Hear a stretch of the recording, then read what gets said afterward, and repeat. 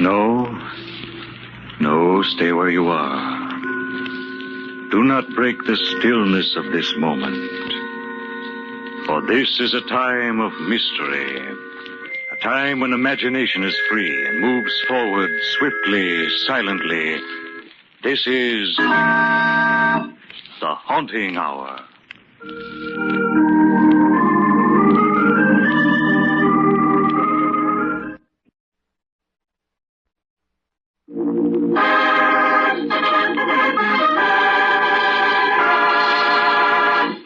The people in the house.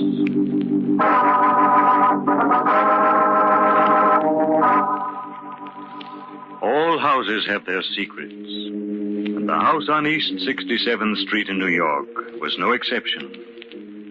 Its rooms had seen the births and deaths of 7 generations of Thatchers. And now they look down with despair upon the 3 people living within its walls. Evans Thatcher III, his son Kendall, Kendall's lovely wife Margaret.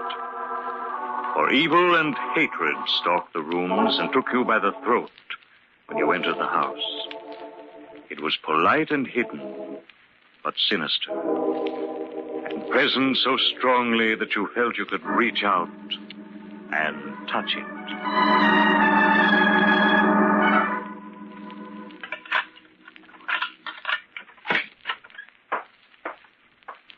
Margaret, come in, my dear. I've been waiting for you. Oh, I didn't know you were home. Aren't you forgetting something, my dear? I didn't know you were home, Father. That's much better, Margaret. I only ask that you behave as any daughter should to a father-in-law. Where's Kendall, Father? My dear, Kendall is only my son, but he's your husband. I'm surprised you should ask me his whereabouts. Most wives of my acquaintance are... All right, Kendall isn't home. Let's stop acting. My dear child, I've never acted with you. It is you who pretends to like me. I take little pains to conceal my dislike of you. I hate you. I hate you more than I believed I could ever hate another human being. And if it weren't for Kendall... Why don't you divorce Kendall, my dear? I'd gladly pay for it. Kendall isn't the proper husband for you. You should have married the strong young detective. There was a suitable match for you.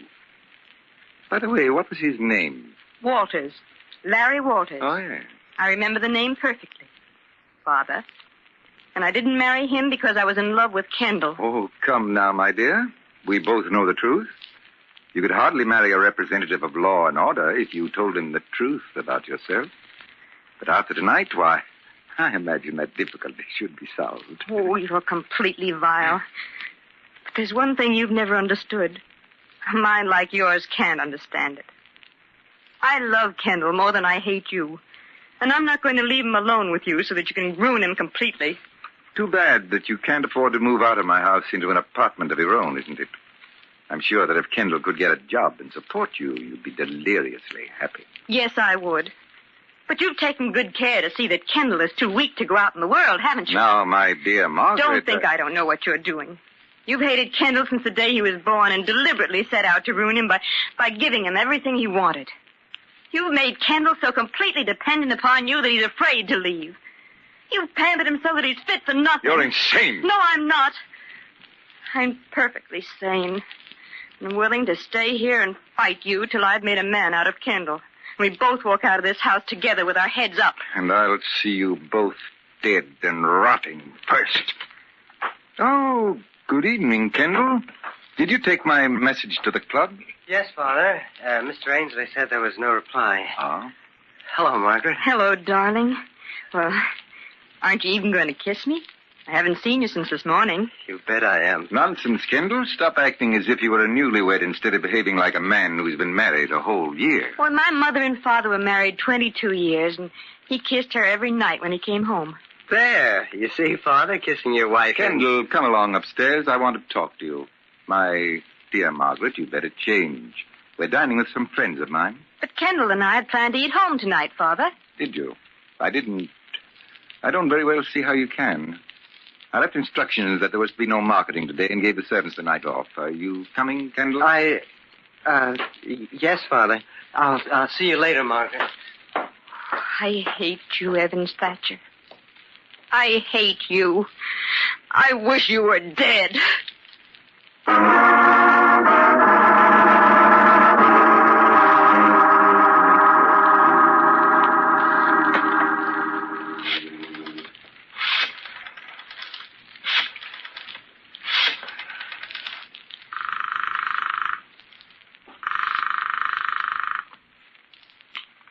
Hello?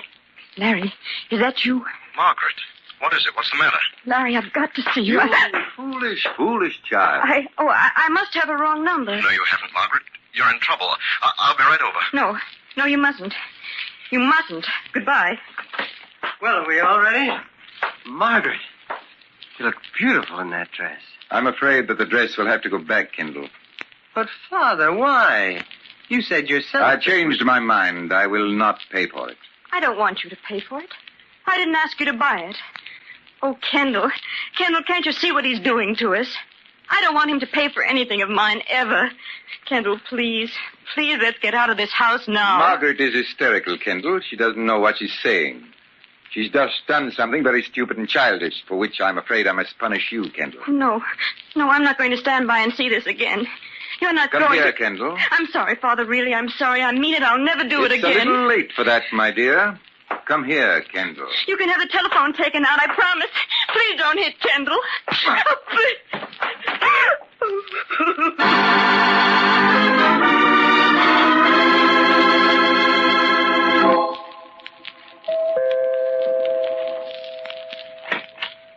Mr. Thatcher? Oh, come in, Mr. Walters. It was thoughtful of you to telephone, let me know you were coming. It enabled me to open the door myself. I don't like to let the servants know that I have detectives calling on me. Oh. You don't like detectives, Mr. Thatcher? Not in my house. As a matter of fact, though, I've been expecting a call from you for a few days now, ever since Margaret was so foolish as to telephone you the other night. As a matter of fact, Mr. Thatcher, that's just the reason for my visit. Margaret didn't sound at all well to me. Very observant of you, Mr. Walters. Margaret isn't well. She's a neurotic. That's funny. When I knew her, she was a perfectly healthy young lady. Perhaps. But now she's definitely neurotic. Then, of course, you've put her under the care of a physician. I dislike your attitude very much. Are you implying that my son and I aren't treating Margaret properly? Because if you are, you can get out now. Actually, you have no right in this house. I received you because I wanted to show you that there was no reason for Margaret's call to you the other night. Now I shall let you see Margaret. You can hear from her own lips what I've been telling you. Yeah, I'd like to see her. If you'll excuse me, I'll go up and bring her down myself. Thanks. I won't offer you a drink. However, the radio is over there if you wish to turn it on. It may help you pass the time.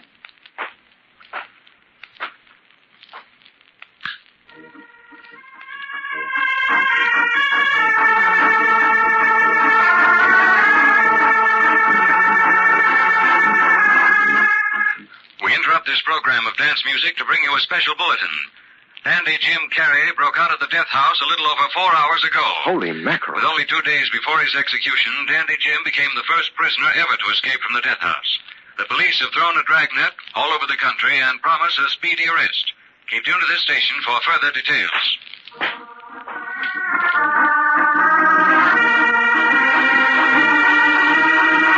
Here he is, Margaret. Please tell him how you feel.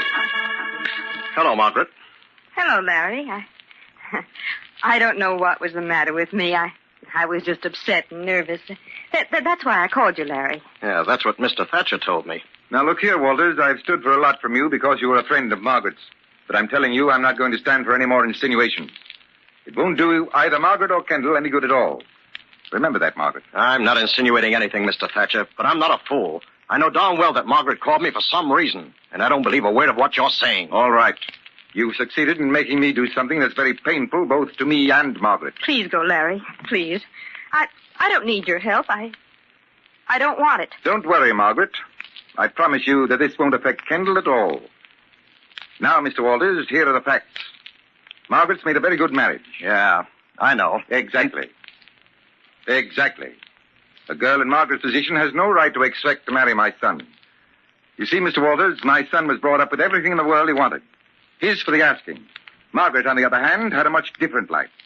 Much different. You mean that she wasn't spoiled? That and other things. If I did spoil Kendall, Mr. Walters, it's only natural. When a child's mother dies at the birth of a child, and a man has to be both father and mother, his son is apt to be indulged. Or hated. Have you ever heard of Dandy Jim Carey, Mr. Walters? Yeah, of course. He's in the death house now, awaiting execution. You didn't know that he was Margaret's brother, did you? Oh. You see what your insinuations have made me do, Mr. Walters. Uh-huh. I see. But it may interest you to know that Dandy Jim escaped from the death house 4 hours ago. What? Thank heaven. I think that's your phone.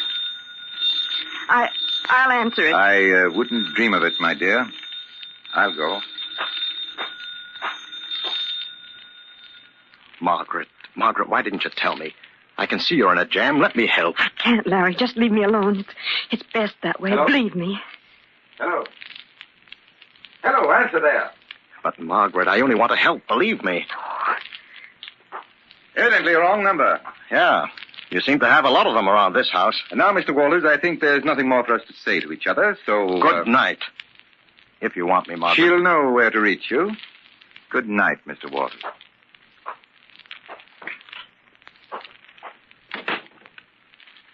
And now, my dear, we'll wait for the telephone to ring again. Only this time, when Mr. Walters isn't here, you will answer. No, I won't. I think you will. Won't you, my dear? I think you will. Won't you, my dear? Where's Kendall? I want Kendall. Kendall won't help you. He never will. Stop it! Stop! Certainly. All you have to do is to pick up the telephone and say what I tell you. Well, you wouldn't want to disappoint your brother, would you? He desperately wants to get in touch with you. All right.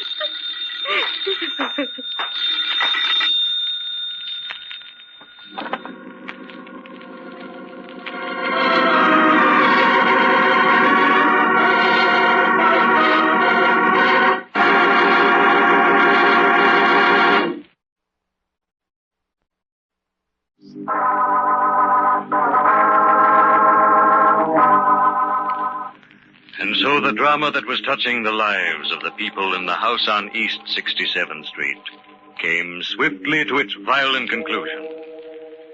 Evans Thatcher III was determined to dominate and rule his son, Kendall, at all costs. Hating his son from the day he was born, bringing him up a weakling by pampering him, he resented Kendall's marriage to Margaret Carey, a beautiful and strong-willed girl who was determined to break Evans Thatcher's hold over his son. Only Margaret had a brother, Dandy Jim Carey, who had escaped from the death house, and is even now trying to get in touch with her, while she sits on a bench in Central Park waiting anxiously for Kendall.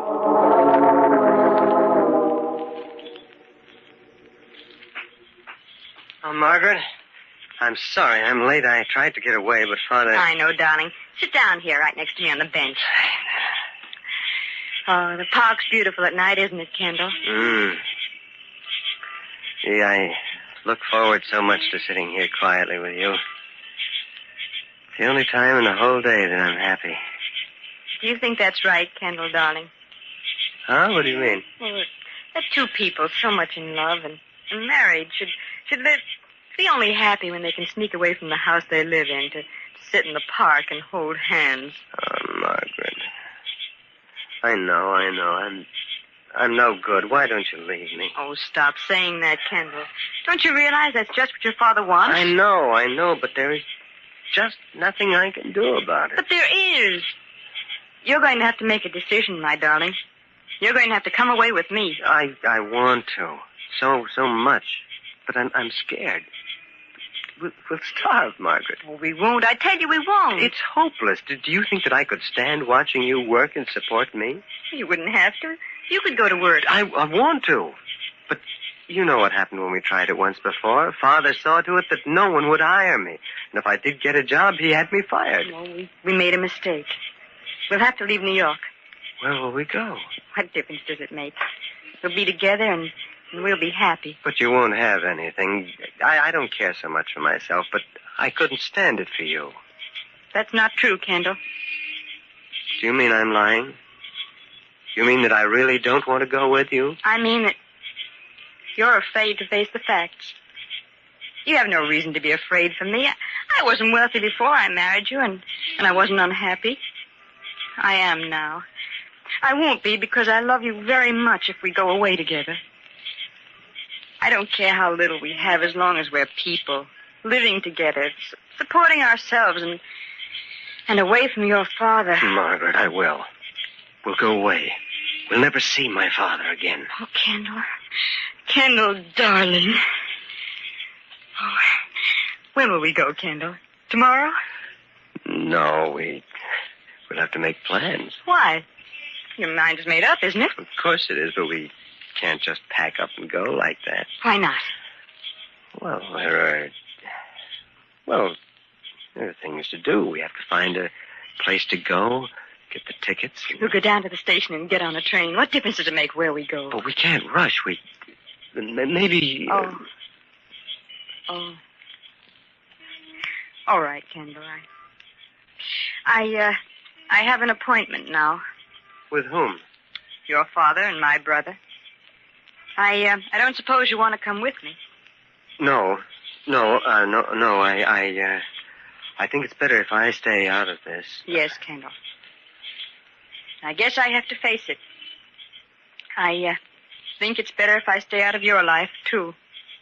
Permanently. Margaret. Yes, Kendall. I love you very much, but you'll never break away from your father. As he told me, he's done too good a job. Well, you talk as if Father were deliberately You trying don't see it. You'll never see it. Goodbye, Kendall. No, Margaret, wait. Wait!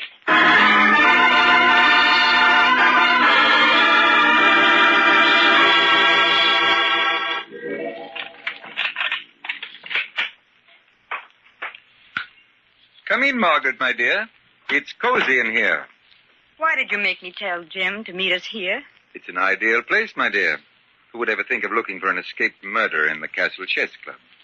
Are you going to help him get away? Question is premature, my dear. This reunion between beautiful sister and doomed brother appeals to my sense of the dramatic. That is why I brought you to the Castle Club tonight. I hope you realize the honor I've conferred upon you. The first woman ever to set foot in the Castle Chess Club. That was your idea, wasn't it? You're the president of the club, and you made them put that rule into effect. Why, yes, my dear. Now that you mention it, it was. You see, I don't believe that a chess club is any place for a woman. That isn't the real reason. You hate women. You've hated us all ever since your wife died. And that's why you hate the son you think caused her death. Shut up. Silence. Shouting doesn't change anything. I'm right. That's the explanation for you and everything you've done. You're impudent. And you shall pay for it. I don't care. I'll do anything you want if you'll only help Jim get away. Do you realize, Margaret, that you're asking me to break the law? Aiding an escaped criminal? Stop it. I know all about you. How do you think I met Kendall? It was through Jim, of course. I knew that you were the leader in all the crooked business that Jim was doing. I begged him to stop, but he wouldn't. Thank you for being so frank. I often wondered how much you knew about me. And I know that it was your fault Jim killed Mr. Merritt. Rather a bold knock for a man who's hiding. Open the door. Your brother will be glad to see you. Kendall. What do you mean by coming in here? I thought that you should know that... Well, I followed you. You followed me? For what reason? I specifically told you I not... noticed Larry Walters following you, too, and I thought maybe there was some trouble. Well, it was very thoughtful of you, Kendall. Very thoughtful indeed. But as you see, there's nothing wrong. Margaret and I were just having a little chat. You can go now. Did you hear me, Kendall? I said you can go. I heard you, Father. Kendall, I want you to stay. You'll regret this, my dear Margaret. Go home, Kendall. If you won't do as I ask, then I want Kendall to stay. I hope you heard what Margaret just said, Kendall. A deliberate attempt to blackmail your father and to do something unlawful. Well, I'm not... It's time you knew the truth, Kendall. We've been married a whole year, and if you're ever going to become a worthwhile person, now is the time. Margaret. You can't stop me now. I'm going to tell him. Kendall, you can prepare yourself for some vicious lies. Kendall, you're going to have to be strong enough to face the truth. Your father is a blackmailer. I don't believe it. No, Margaret, It's true. After your mother died, when you were born, Evans Thatcher became a bitter, rotten old man. He used his position and his reputation to find out things about people, and then he blackmailed them. Ridiculous. But Margaret, Father didn't need money. He liked to hurt people, to see them squirm. He wanted to hurt the world because he'd been hurt. Kendall, she hates me so much she's trying to poison your mind against me. She hasn't one iota of proof. You covered your tracks well, didn't you? You had my brother Jim do all the dirty work for you. Didn't you ever wonder, Kendall, what business affairs your father and Jim could possibly have had together? Well, it did seem kind of peculiar. Kendall, go home. Let me handle this. I'll explain everything to you in the morning. My word of honor. But, Father... You have my word. Go home. Hello, everybody. Well, this is a nice little family gathering. Jim. Stay where you are, Jim. Stay right where you are, or this gun might go off. Go on, Kendall. Get out. No, I'm staying. I want to hear all of this. Yeah, tell your son how you double-crossed me with Merritt. Shut up. Why? What have I got to lose? If you don't kill me, the cops will. But why don't you tell your son how you made me pack a gun when I went to Merritt's and how you knew he'd have one, too? So it's true. Margaret wasn't lying. You are an evil old man. One more step, Jimmy, you'll be dead. Jim, wait. Mr. Thatcher will help you to get away. Too late now, sis. But he could have helped me. He folded. And I kept my mouth shut in court for him. Now we'll have the truth. You didn't accuse me because no one would have believed you. I was too careful. What's the difference? First, I'm going to kill you, and then I'm going to die happy. Now get out of my way, Kendall. Stand back, Kendall. He's not going to hurt me. I'm going to kill him. I won't be blamed for it. He's an escaped convict. I'll tell. I swear I'll tell. I'll tell the police just how it happened. You're not going to be alive to tell anyone anything. Kendall, stand back. You're not going to shoot, Father, or you'll have to shoot me first. Get out of my way. Are you crazy? No, Father. Just seeing you as you really are. I'm growing up, Father. You idiot. These fools can ruin me. I'm going to say that Jim killed Margaret. Then we took the gun away from you. But I had to shoot him in self-defense. All right, hold it. Everybody reach. Oh, thank heavens you come, Walters. You can arrest this convict. And you, Mr. Thatcher. Now I know why you dislike detectives.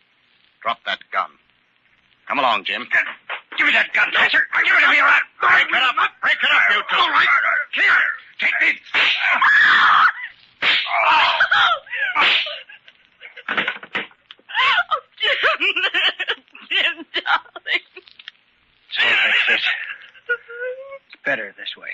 You all right, Jim? I'm okay.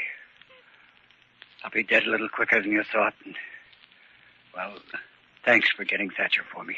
I didn't get him for anybody. He took a shot at Margaret. Thanks anyway. Now Margaret will be all right. Won't you, sis? You mean we'll be all right, Jim? Kendall and me. Yes, that's right, Jim. Don't you worry about Margaret. We'll be really together now.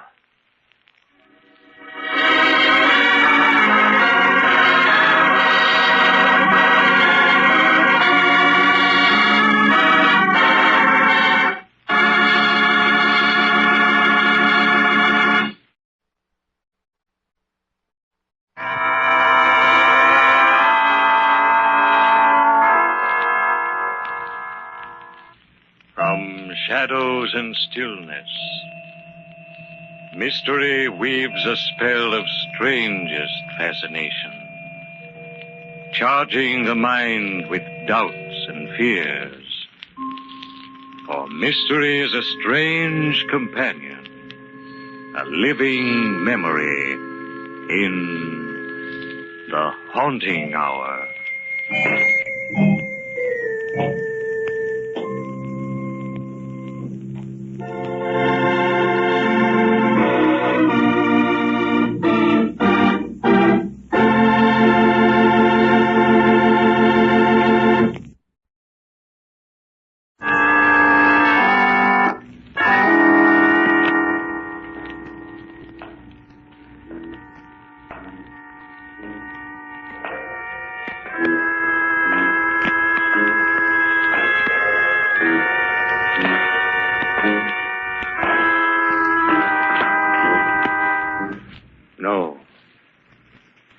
stay where you are. Do not break the stillness of this moment. For this is a time of mystery. A time when imagination is free and moves forward swiftly, silently. This is the haunting hour.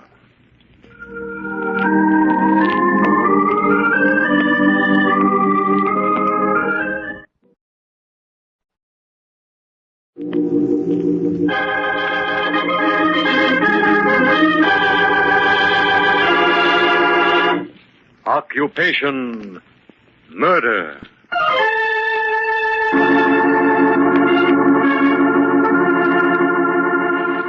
Those of us who have never stepped upon the stage and delved into a world of fantasy might believe that to do so would bring to one's mind and experience all that could never quite be grasped in real life. The actors, how perfectly they move, what excitement they entail, how straight they follow the paths of their planned destiny. Out of the portrait of real existence into a world of fantasy and fiction. And the players? What of them when the play is done? When they leave the world of make-believe or cold reality? But wait. Gregory Townsend's story can tell you better than I how life itself can plunge a man into conflicts of reality far greater than all the infinite imagination of the stage. It was a late summer afternoon when Gregory Townsend hurried into a little side street cafe to begin events of such a nature to bear careful consideration as to their probability were he to have acted them in a play.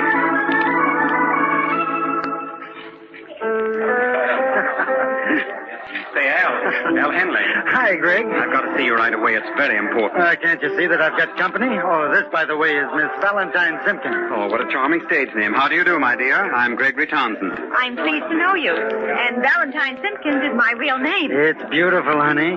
You're a natural for Broadway. Why, I wouldn't consider myself your press agent if you weren't. Oh, you're too kind to me, Mr. Henley. Wait, kid, I haven't even started. I hope you'll forgive me, Miss Simpkins, but I must have a word with Al. Oh, it's perfectly all right. I'll excuse myself. Oh, stick around, honey. This won't take long. It never does. This will, Henley. Well, Mr. Henley, give me a buzz if you get my name in the papers. It's a cinch, Valentine. I'll phone you tomorrow. That will be charming. Goodbye, Mr. Townsend. Goodbye. Long. Huh. Where did you discover that item of bric-a-brac, Al? I'm protecting her from the advances of a punk named Dave Anderson. Know him? He's a professional shyster. No, he's not a member of my club. Listen, Al, you've got to think of an idea that will put me on the front page. What's the rush? John Miller is casting his new play. I phoned him this morning asking for a chance at the lead. He said no, of course. No, not quite. He said he would have to have an actor with name value. That lets you out, Greg. Well, I'm not so sure. Oh, if you can only get me some decent publicity for a change, something spectacular, I can land that part. Oh, it'll make me and you. I'll cut you in for a large percentage. Well, that's nice of you, considering the fact it says just that in our contract. Come on, Al, you think of something. Get me in the front pages. Well, there's always one sure story. Oh? What's that? Murder. Are you crazy? No, I've got an idea that will make you one of the most publicized guys in the country, practically overnight. You mean, commit murder? Yeah, guaranteed to work. Money refunded if you don't grab every front page. Oh, gosh, for a minute I thought you really meant it, Al. Oh, come on, now tell me what the idea really is. That's it. Homicide. You're going to commit murder, stand trial, and then be declared innocent. I know you can guarantee the first two items of procedure, but what about the acquittal? Well, it's all very simple, Gregory. You're going to murder yourself. What? Oh, is the thought so gruesome? I thought you'd be pleased. All right, Al. Sorry to have taken up your precious time. I'd better find myself another press agent. One without a sense of humor. Oh, cool off, Greg. Have a chair and give me 5 minutes for a lucid explanation. Is this a gag? No, it's on the level. Listen and see how foolproof my idea is. First, what's your real name? Well, I don't use it anymore. Gregory Townsend is sufficient for your purposes. I have to know your real name. Now, what is it? Well, all right. It's Michael Armbruster. Fine. It'll fit perfectly. Now, here's my plan. You ought to rent a room under the name of Michael Armbruster. Yes? I want you to live there for 3 or 4 days. Mm-hmm. Change your face with makeup so that the landlady or the other roomers won't recognize you as Gregory Townsend. Then I want you to do this.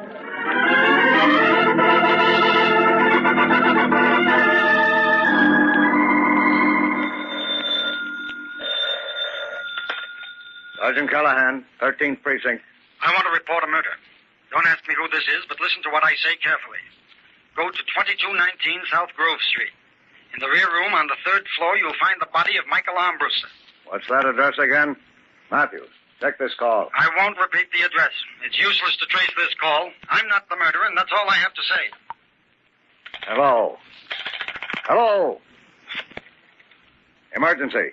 Get me the district attorney's office.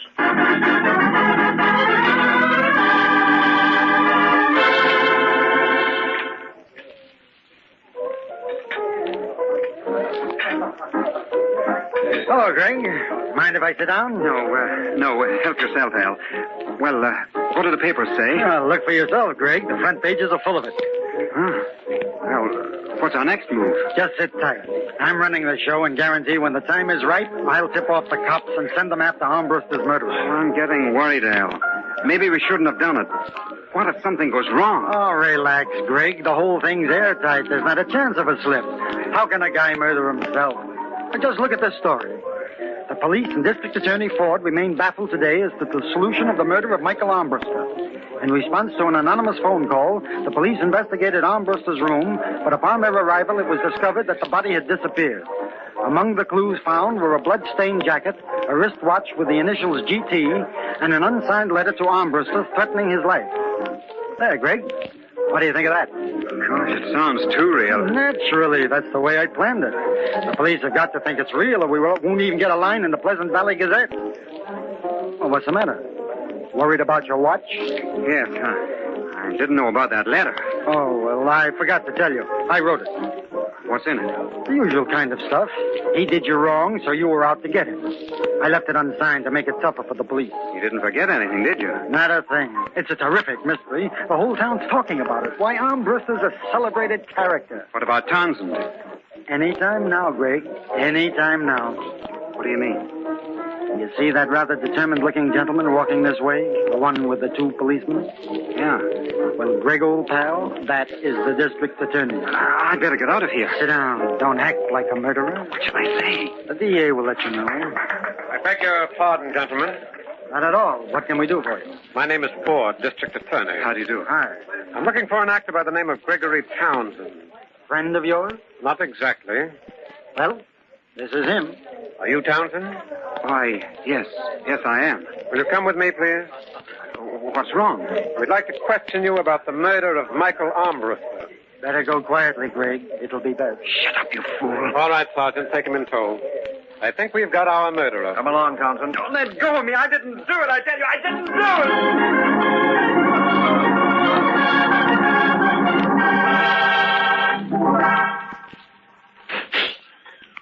Hello, Townsend. Ford, you can't keep me in here. I tell you, I'm innocent. You're playing your role quite expertly, Townsend. Your dramatic performance impresses me. But as a denial of your guilt, it's strictly on the ham side. You've no evidence.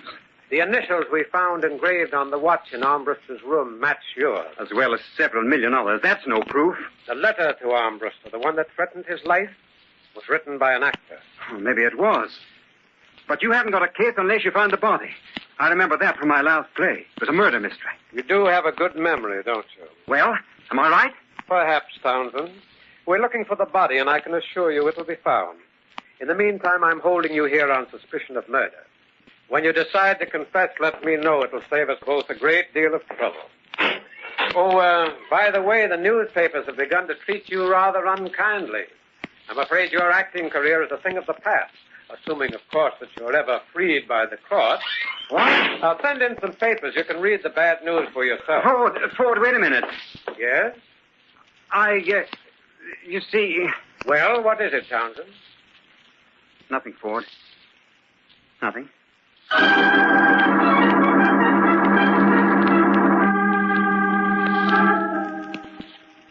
This isn't a bad setup, Greg. You look very comfortable. Oh, cut the clowning, Al. How's it coming? There's enough publicity for 100 scrapbooks. Oh, you're a cinch for that John Miller play. Fine. Now, when do I get out of here? Get out? Oh, well, that'll be a little while yet, Greg. What do you mean, a little while? District attorney was just here, and he thinks I'm guilty. For what? You know you're not. There hasn't even been a murder. Oh, boy, will he do a slow burn when the story breaks in the paper. Ford also said the papers were beginning to pan me. Is that true? Well, a little, Greg. Some of the boys are knocking, but that's because it makes a better story. That's nothing to worry about. You've just got to hold on a little longer. But I am worried, Al. We're playing with something big. Now, look, Greg, I'm the idea boy. I got you into this, and I'll get you out. The net result of the whole thing is going to make you a famous guy. Why, you'll have every producer on Broadway eating out of your hand. Gosh, I don't know, Al. It's gone too far. Maybe we ought to show our hand. Who's been feeding you that dialogue, Greg? It's all wet. Now, you listen to me. We haven't hit the cream of the press notices yet. I've never made a dime out of you, but I've always thought you had talent. Keep your faith in my judgment, Greg. You won't be sorry. Oh, I know you're trying to sell me, Al, but I have a hunch it's down the river. And if my hunch gets too strong, Al, I'm going to talk to Ford.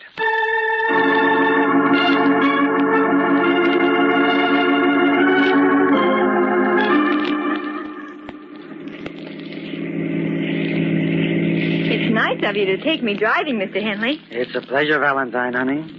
After the cares of the day, there's nothing like a cool evening ride with one's favorite female companion. How's your friend, Gregory Townsend? Don't you read the papers, Valentine? Well, that's what I mean. He's where your friend Dave Anderson ought to be. Why don't you like him, Mr. Henley? He's been squeezing money out of me like a leech. Do you owe it to him? Oh, not exactly, Valentine. Ever hear of blackmail? Oh, how exciting. Oh, yeah? Well, honey, right now I've got my mind on murder. Oh, Mr. Henley, you mustn't. Don't worry, Valentine. I'm only doing my job. Don't you remember? I'm press agent for a murder.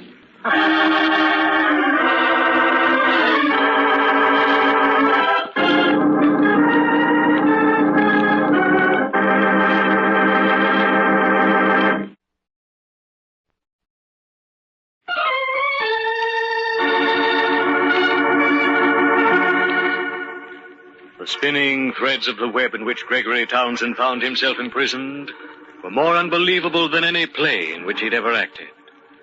In answer to a desperate plea for publicity, Al Henley, his press agent, had conceived the idea of Gregory's committing a counterfeit murder, the supposed victim to bear his real name, Michael Armbruster.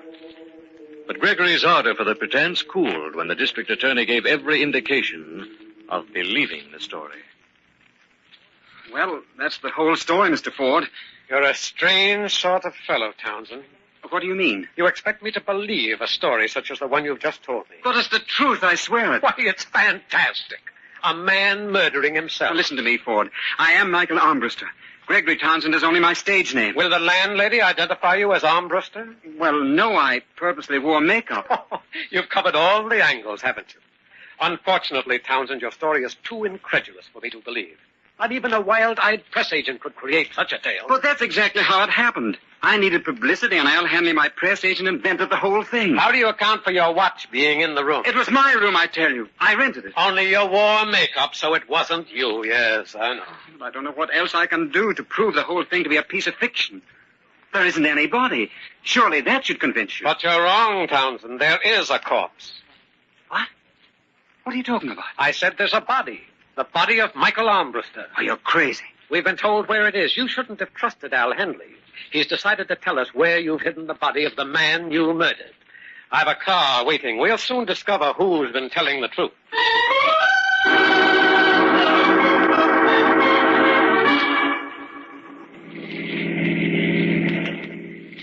We should be there any minute. Where am I supposed to have hidden my victim? Behind a large outdoor advertising sign. Sounds like a nice, quiet retreat for a dead man. That looks like the place up ahead. Well, there's a sign there at any rate. Would you prefer to point out the exact spot where the body is hidden? I couldn't do it with a Ouija board. As you wish, Townsend. This way. Speaking of publicity, Ford, this won't do you any good when the papers find out you've been persecuting an innocent man. Good heavens. What's wrong? Oh, that's horrible. Well, there's your answer, Townsend. Will you confess now? No, I didn't do it. Look for yourself, Townsend. This body's been burned. The ebony ring on the finger with the initials M.A. I've never seen it before. This is the body of Michael Armbruster. I'm charging you with his murder, and so help me, I'm going to get a conviction.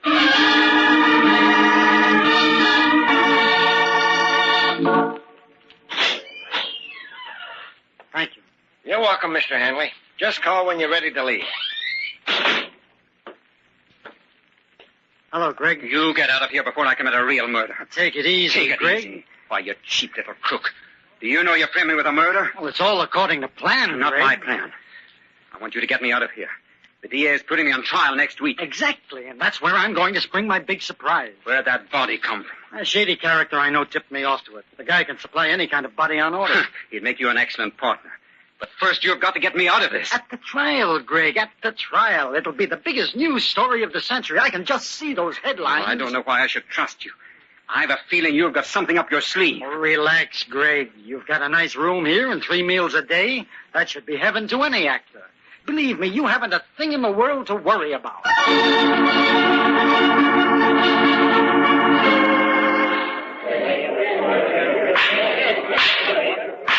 This court is now in session.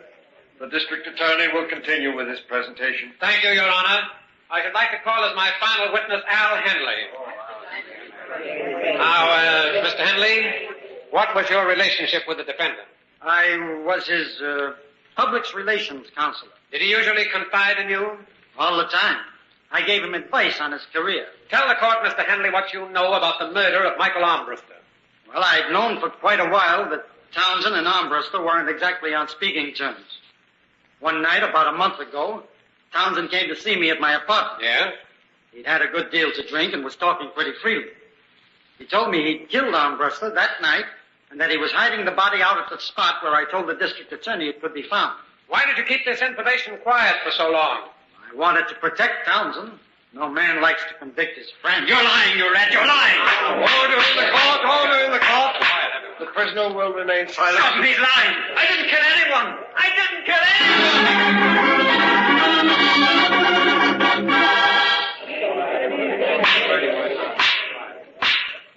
Ladies and gentlemen of the jury, have you reached a verdict? We have, Your Honor. We find the defendant guilty of murder in the first degree.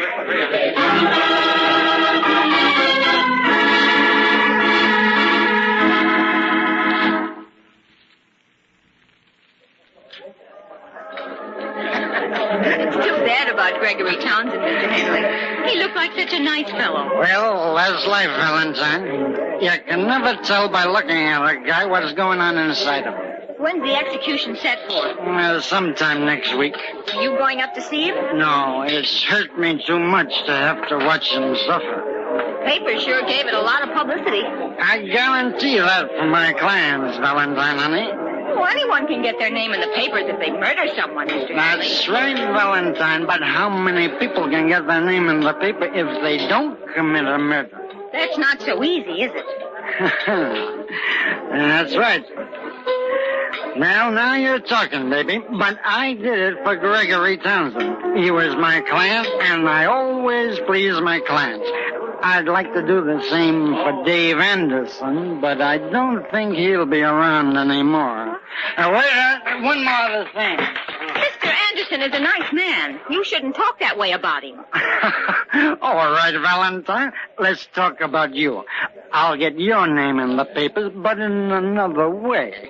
You're not ready for courtroom scenes. Besides, the district attorney might believe you.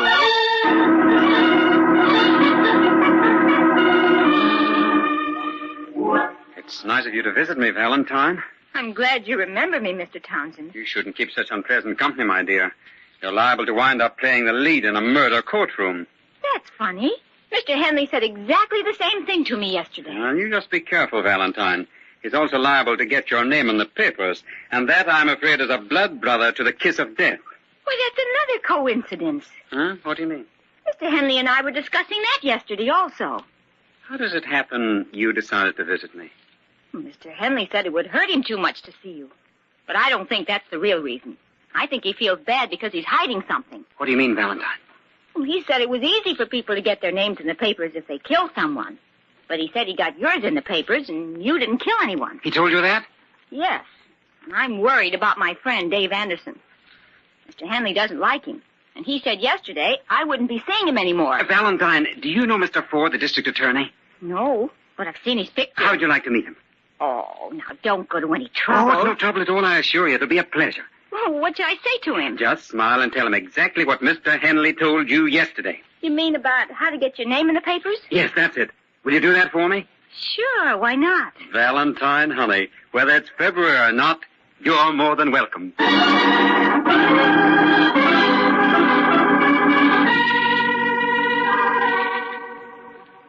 Didn't think you had the guts to show up here, Al. Believe me, Greg, I dislike jails more than you. I hope there are no hard feelings. Well, of course not. You're only paying for a murder you committed with my life. You should have been a comedian, Greg. The serious stuff never did suit your personality. Well, keep up the good spirits. You're a credit to the acting profession. Laugh, clown, laugh. Or should I say, sucker?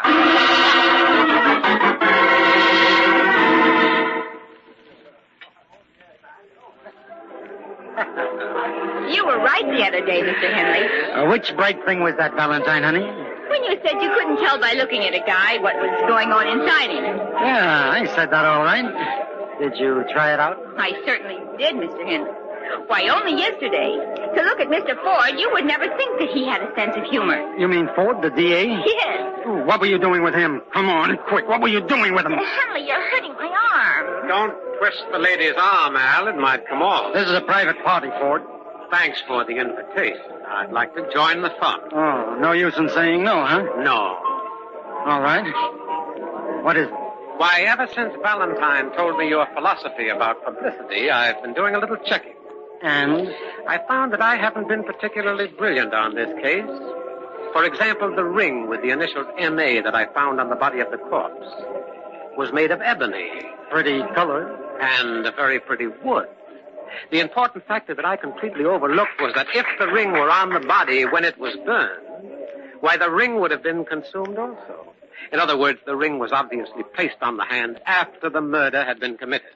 That's very good, Mr. Ford. Thank you, Valentine. Shut up, Valentine. With that clue, Henley, the rest was simple. Okay, Ford, you win. Dave Anderson was blackmailing me for every cent I earned. I figured I could put him out of the way and make you think that the charred body was really Armbruster. Well, goodbye, Valentine, honey. I'm going away. All right, Ford. I'm ready to change places with my former client.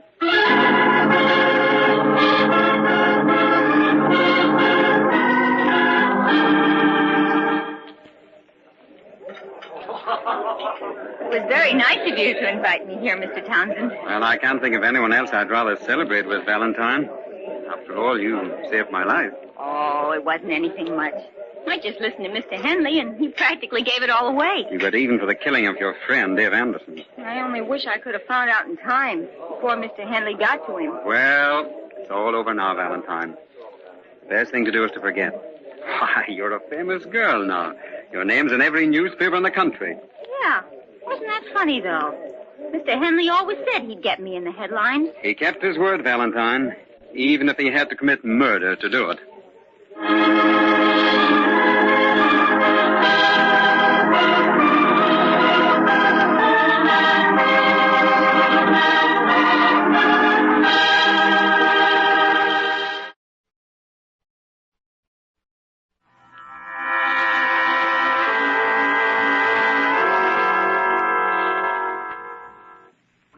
From shadows and stillness, mystery weaves a spell of strangest fascination, charging the mind with doubts and fears.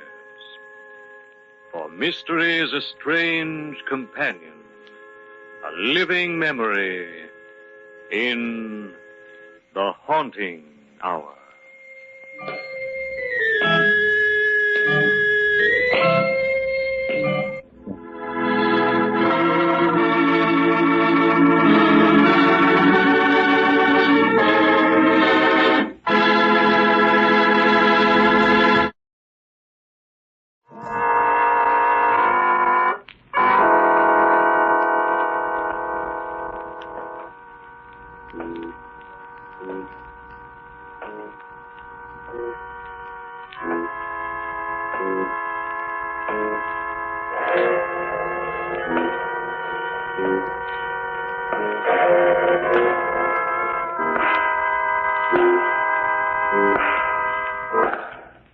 No.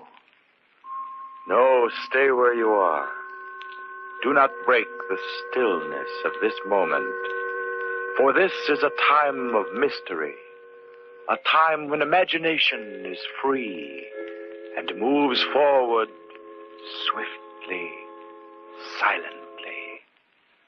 This is the haunting hour.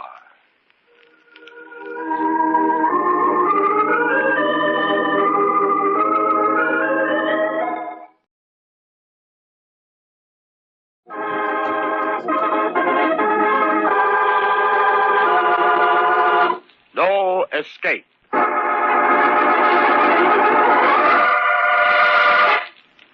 Considerable imagination enters into the planning of the supposedly perfect murder. Considerable imagination is used so that time, place, alibi, and evidence are dealt with conclusively. Yet the most important piece of evidence that can expose the murderer and his crime is most often left intact. His imagination, his mind. 8 o'clock of a foggy April evening. Paul Perry, in his penthouse apartment overlooking a backyard of rubbish and the East River, is very busy tonight, planning murder. Simple murder. First, he prepares his prop. A chair is in the way. An end table obscures the path just a little.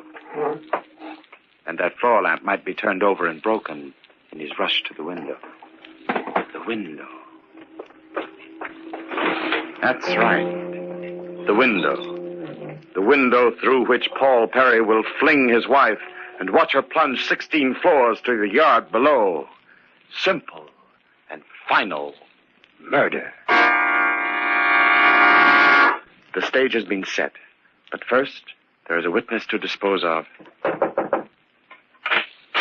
Excuse me, Mr. Perry, but what should I do about Mrs. Perry's dinner? It's getting cold. Never mind, Hannah. Mrs. Perry is probably eating out. Yes, sir. Will there be anything else, Mr. Perry? No. No, I don't think so. As soon as you finish your work, Hannah, you can take the evening off.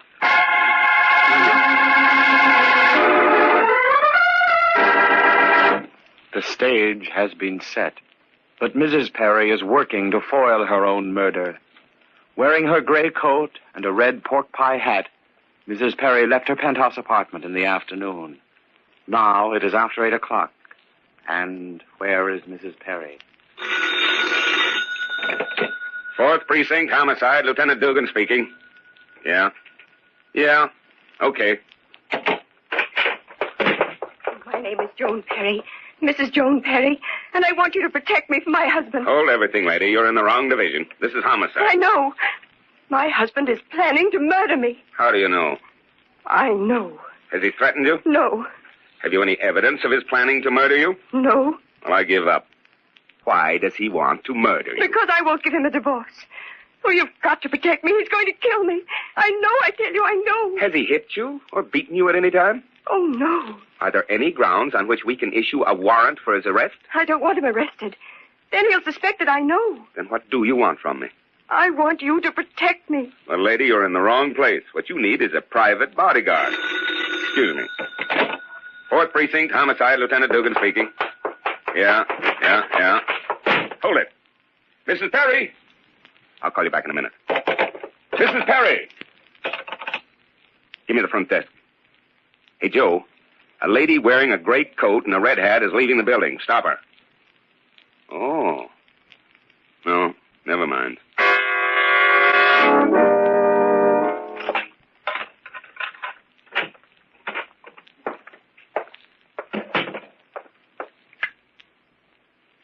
Something's wrong with the switch. The lights don't go on. Paul! Hannah! Is anybody... Ah!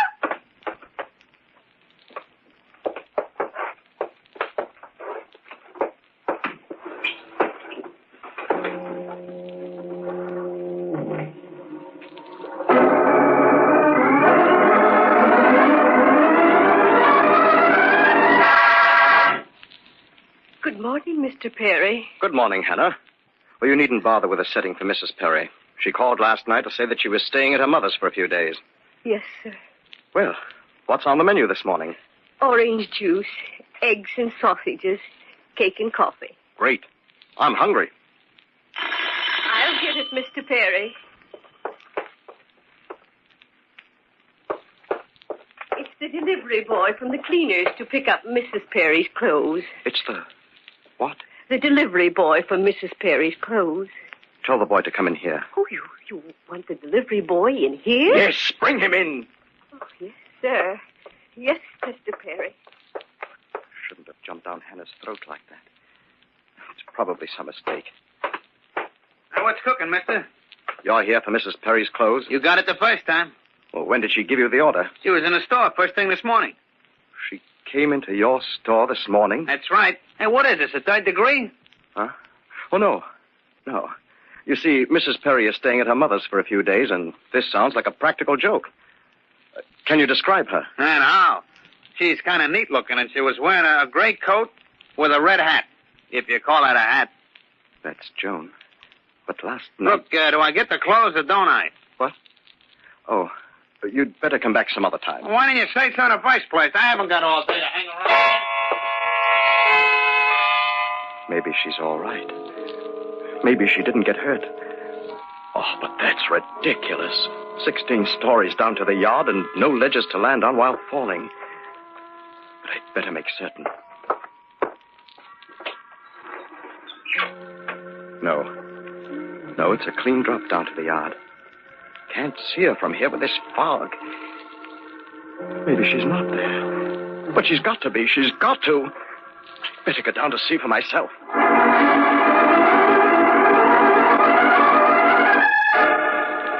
Can't see her. But she's here someplace. You just don't get up and walk away after you fall 16 floors. You don't. No, you don't.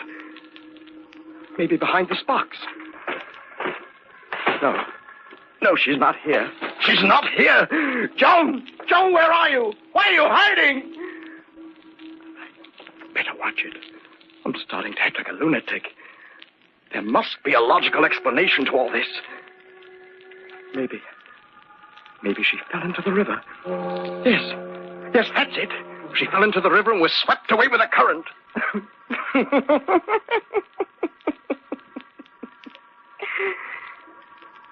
But then, who was in the tailor shop this morning?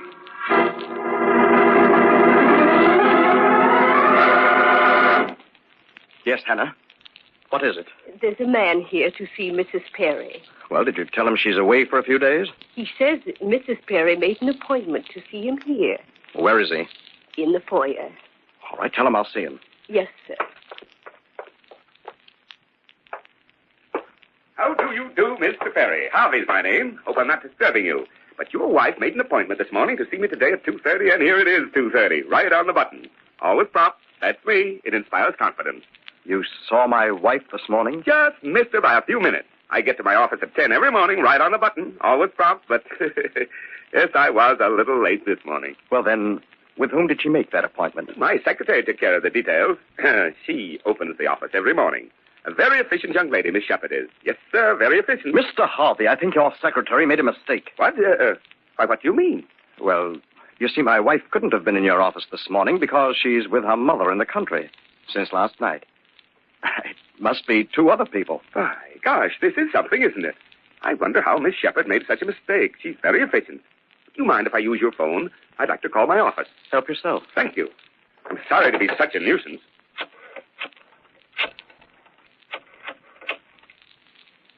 Hello? Miss Shepherd? Harvey speaking. I'm checking on that 2:30 appointment you arranged for me this morning. There seems to be some misunderstanding. Yes? Yes, Mrs. Perry. And the address? By gosh, that's right. Just a moment. Well, Mr. Perry, my secretary just confirmed this meeting. She herself spoke to your wife this morning. Ask her to describe Mrs. Perry. Well, Miss Shepherd, what did this Mrs. Perry look like? Yes, young, good-looking, wearing a gray coat and a red hat. Just a moment. Anything else, Mr. Perry? No. That's all, Miss Shepherd. I'll be back at the office within the hour. Goodbye. Oh, I'm calling my wife at dinner time, and I'll ask her about it. Sorry that you had to come here on a wild goose chase. Oh, it's all in the day's work. Oh, by the way, if you should ever want to get in touch with me, here's my card. Good day. Frank Harvey, broker. Life insurance. Accident insurance.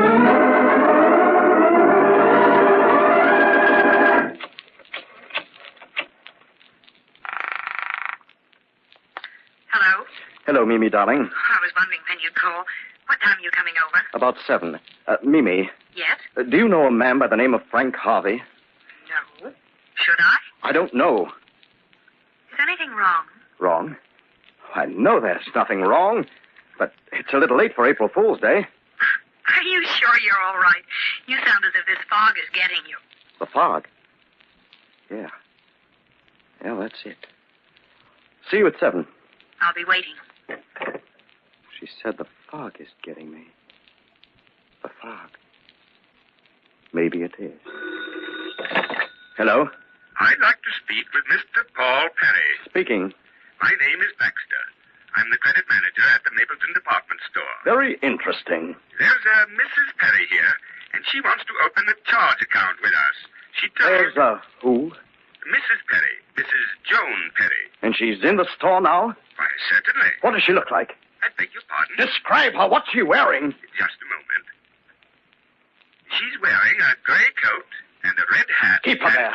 Don't let her get away. I'll be right over.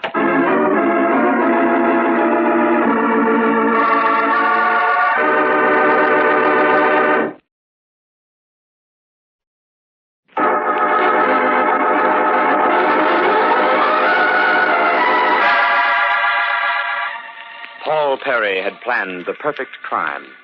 He decided to do away with his wife, Joan, in order to marry Mimi Foster. He hit his wife over the head and threw her out of the window to the backyard, 16 stories below. But, strangely, the next day, there were indications she might not have been killed despite her fall.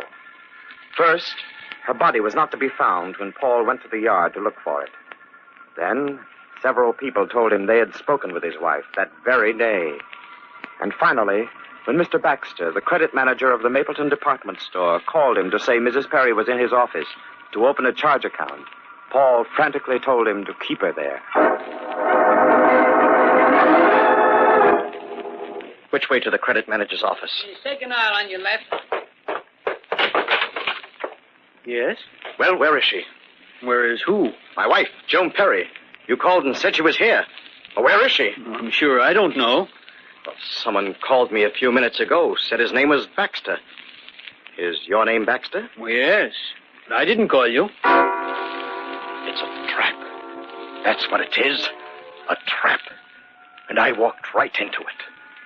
But who wants to trap me? Who? That man on the phone said his name was Baxter. It wasn't Baxter. But whoever he is, he can't know anything. Say, maybe I didn't get a phone call from Baxter. Maybe I'm just letting my imagination run away with me. Yes. Yes, that's it. No one called. No one. It's the delivery boy from the cleaners to pick up Mrs. Perry's clothes.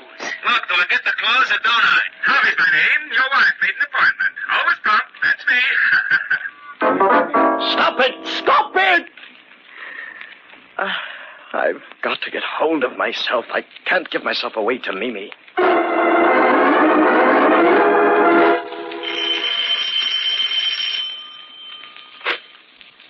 Hello, darling. Sorry I'm late, Mimi. I suppose you had the usual trouble trying to get away from your wife. She's not home. Mimi, let's go away. Far away, someplace where no one will know us, where no one will bother us. It wouldn't be right. Okay, then forget it. Forget it for now, anyway. Come on, let's get going. All right, darling. I'll be ready in a minute. Hope the fog lets up soon. Might as well be in London. How do you like it? How do you like my new hat? Where did you get it? I just bought it today. Take it off. Take it off? Why? I like it. I said take it off. It's Joan's hat. Oh, Paul, why must everything remind you of Joan? Take it off! All right.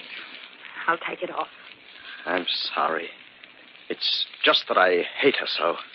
I know. Darling, let's not stay here all night gabbing about her. We're going out to have fun. Yes. Yes, we're going out to have fun. All right, then. Let's go. Where to? Haven't you heard? The circus is in town.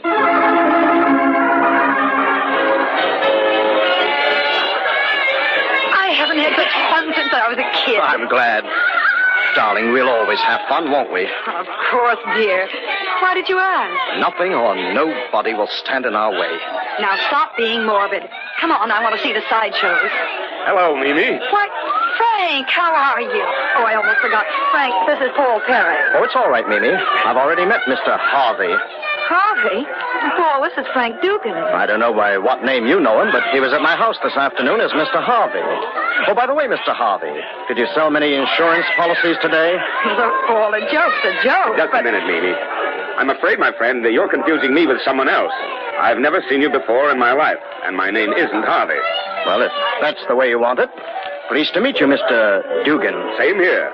Well, I have to look for my friend. Call me, Frank, when you get a free moment. I will, Mimi. Goodbye. Goodbye, Frank.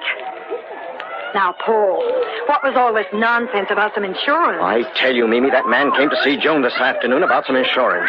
Either you're drunk or you're imagining things, and I haven't seen you take a drink in the last 2 hours. That Dugan or Harvey even gave me his business card. So what? So what? That card said Frank Harvey, broker, life insurance, accident insurance. Harvey may have given you such a card, but I'm certain that Frank Dugan didn't. What makes you so certain that Dugan and Harvey aren't one and the same person? Because Frank Dugan happens to be a police lieutenant with the homicide squad.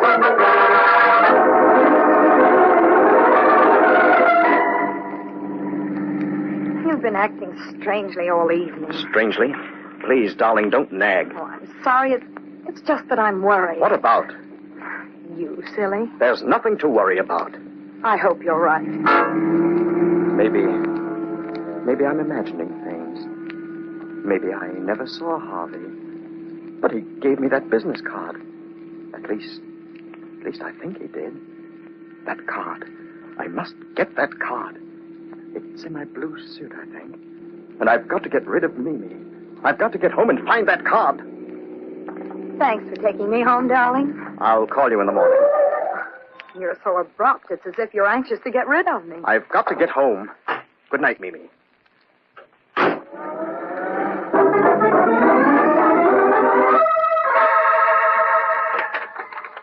That card. Frank Harvey, broker, life insurance, accident insurance, 75 Johnson Place. So I wasn't dreaming. I wasn't having nightmares. For a while I was beginning to doubt my own sanity. But here it is, all right. And now to find the house. 75 Johnson Place.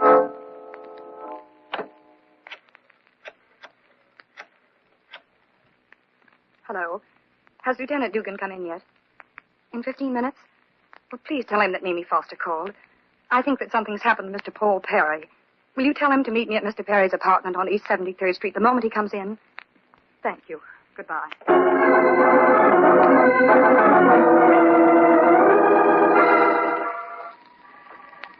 Hey, buddy. You help a fella out? What's that? I ain't had nothing to eat all day, mister. You spare a dime? I'm hungry, mister. I've been hungry all day. I'll make it worth your while if you'll tell me where Johnson Place is. Oh, this is Johnson Place. What number? 75. Yeah, let's see. That's right along here. Come on, I'll show you, mister.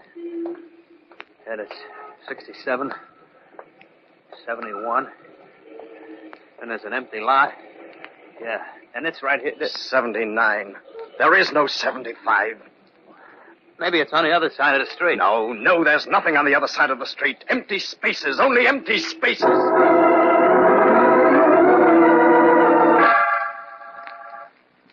Hello, Paul. What are you doing here? In front of my door. I was worried, and when I called and there was no answer, I came right over. I didn't phone from the lobby. I came right up in the elevator. I was just ringing your doorbell. Where were you? I just stepped out for a pack of cigarettes. Come in. Sit down. Paul, Yes. what's eating you? Not a thing. I feel great. Before, at the circus, I you... took a walk, and the fog cleared my head. Sit down. I'll get you a drink. You look as if you could use one. Just like last night. The same scene, same fog. The path to the window in the living room. Hannah out for the evening. But tonight I have a new leading lady.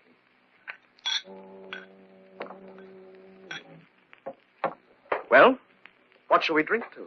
Let's toast your quick divorce and our happy marriage. Very nicely put. And I drink to you, my sweet little double-crossing wench. You dropped your drink, my pet. I'm going home. You're drunk. You're not going home. Sit down. What do you want? This is goodbye, Mimi. Well, that suits me fine. Goodbye. Sit down. You don't understand. This is goodbye. Curtains. Fade out. No. No. Dugan can't help you now. Nobody can. Nobody helped Joan last night. Joan? Where were you watching from when she went out the window? Oh! Go on. Go on. Yell your head off. You'll never be heard above those river noises. Paul, I don't want to die. Oh, it doesn't hurt. Ask Joan. She'll tell you. Oh. It's as easy as falling off a log. Only this way, it's falling out the window. And you've got a farewell symphony. Listen. That's beautiful music. Why? Why do you want to kill me? Because you're the only witness to last night. No. Because you're trying to throw me over for Dugan. No. Because you're going to turn me in so that I can't stand in your way. No. Because I killed for you in the first place. No, that's not true. I didn't know about Joan until you told me, and I love you, you poor fool. I love you. You lie. I don't believe It's you. the truth. You think you can trick me again like you've been doing all day? I don't know what you're talking about. First with the cleaners, dressing up as Joan, then getting Dugan to pose as a phony insurance salesman. No, tonight at the circus was the first time I'd seen Frank in a month. Ha, it's a shame. You would have made a great actress. You've got to believe me. I'm telling the truth. No, please. Paul, no! I got here just in time. Frank, he suddenly went crazy. No, he didn't. He's as sane as you are, Mimi. Wait till I put the cuffs on him. And he's not dead. No, I'm not dead. Well, that'll keep you, Perry. You're under arrest. I'll sue the state for this. Oh, no, you won't. Murder is a tough rap to beat. You're crazy. You can't prove murder without the corpus delicti. Mrs. Perry, or what there's left of her, is on a slab at the morgue. I was too late last night. But she jumped. Just as Mimi almost jumped. No good, Perry. Besides, I heard your confession. Frank, how did you know? We expected this second attempt at murder. We couldn't prevent the first, but you weren't in any danger, Mimi. We knew exactly what he would do, step by step. We planned it so. What do you mean? We knew he killed his wife, but we needed a confession. So we worked on the only part of him we knew would be vulnerable, his mind. No matter how well planned a murder may be, the murderer can't escape himself. No matter how you look at it, there's no escape.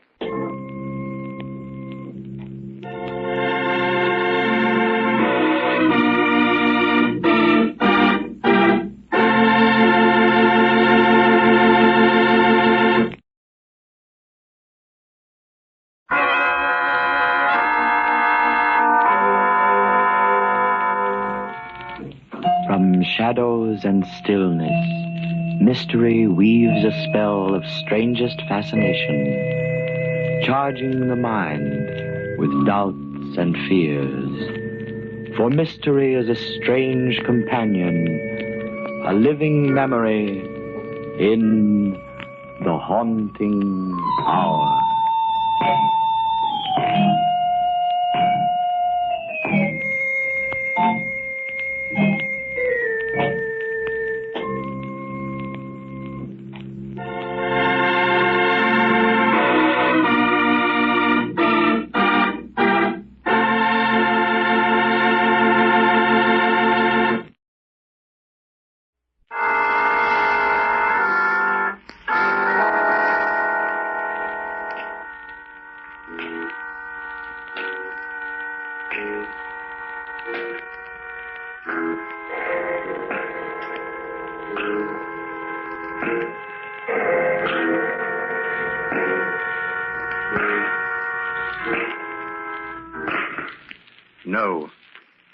No, stay where you are.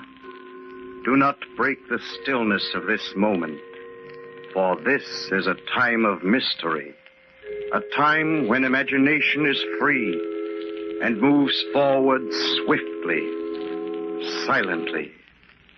This is the Haunting Hour.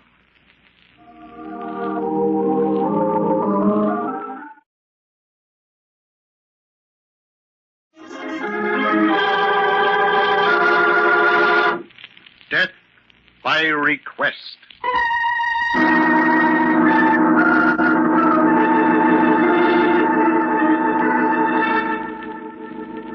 A man sits quietly by his fire, his eyes drawn to the shifting, darting tongues of flame. The crackle of the burning wood breaks in upon the silence, and the man stirs comfortably in his chair. Roger Stevens is at peace with the world. Lost in the stillness of his study, the goodwill of the universe seems crowded into this man's successful life. But there is a deception to this peaceful scene of contentment, for at this very moment, the life of Roger Stevens abruptly changes its course. There it is, the phone jangling harshly, cutting the silence into jarring bits of sound. Roger Stevens becomes aware of the insistent ringing. He rises from his chair, walks toward the telephone. He is wondering who can be calling at this late hour. It is almost midnight. There. He is lifting up the phone. Hello? Hello? Who is this, please? Is this Roger Stevens? Yes, but who's calling? Did you live in Oak City about 10 years ago? Yes. See here, who the devil is this? My name doesn't matter, Mr. Stevens, but I'd like you to know that I'm a friend of Mike. Mike? Mike who? You know who I mean, all right? Say, if this is some sort of joke, it's a rather poor one. I'm afraid I'll have to bid you good night. Don't do that, Mr. Stevens. You'd better hear what I have to say. Who are you? I guess you wouldn't know me without my wings, Mr. Stevens, but you might call me an avenging angel. And... Oh, you're drunk. Go home and sleep it off. I've been looking for you for 10 years. I thought you might have changed your name, but you played it smart. After the verdict of suicide, you figured you were in the clear. Now, look here, whoever you are. This ceases to be an amusing situation. If you don't tell me who you are and what you want, I'm going to hang up. All right, Mr. Stevens, if that's the way you want it, okay, I'll give it to you straight. 10 years ago, Mike was in business with you. He found you were stealing from company funds. You killed him. Forged the books to make it look like you'd been the guilty man. And planted the idea of suicide. I never believed it. Never. Why, you're crazy. I don't know what you're talking about. And when I came home, I tried to tell the police that it couldn't have been suicide, but they wouldn't listen. You had left the city. No one knew where. Now, listen to me, you fool. You've got the wrong man. I don't know any man named Mike. I never killed anyone. I know you murdered Mike, Mr. Stevens. I've got the proof. But I'm not giving it to the cops. I'm going to kill you myself. I'm going to make you suffer like Mike. Now, look, I tell you, you're wrong. I don't know who you are or what you want. If this is some joke... You know it's not a joke. Now, look, if you don't leave me alone, I'll call the police. It's a good idea, Mr. Stevens. Why not tell the police you're a murderer? It might be better that way. It would clear Mike. Okay, then. 2 days are all you get. What? Confess the murder in 2 days. Or I'll kill you myself. Confess to what? I've done nothing. 2 days, Mr. Stevens. 2 days. Hello. Hello. Hello. Hello.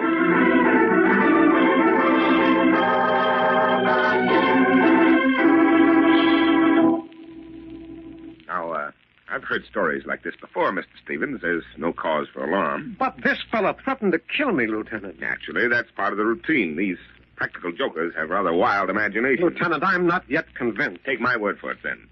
I've been a police officer for 20 years, and I know a phony threat when I hear it. As for this murder you're supposed to have committed, well, I'm afraid the verdict is not guilty.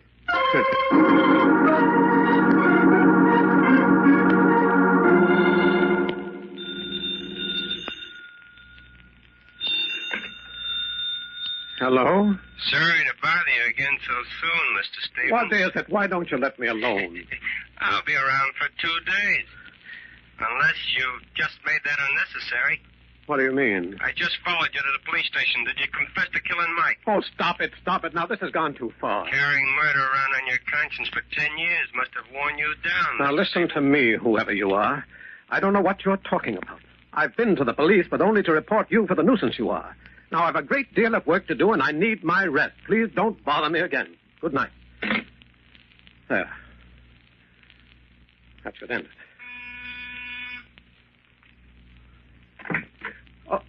Oh, Walter. Come in. I'm glad to see you. Sorry to disturb you this late, Roger. But I noticed a light in your window as I was passing by.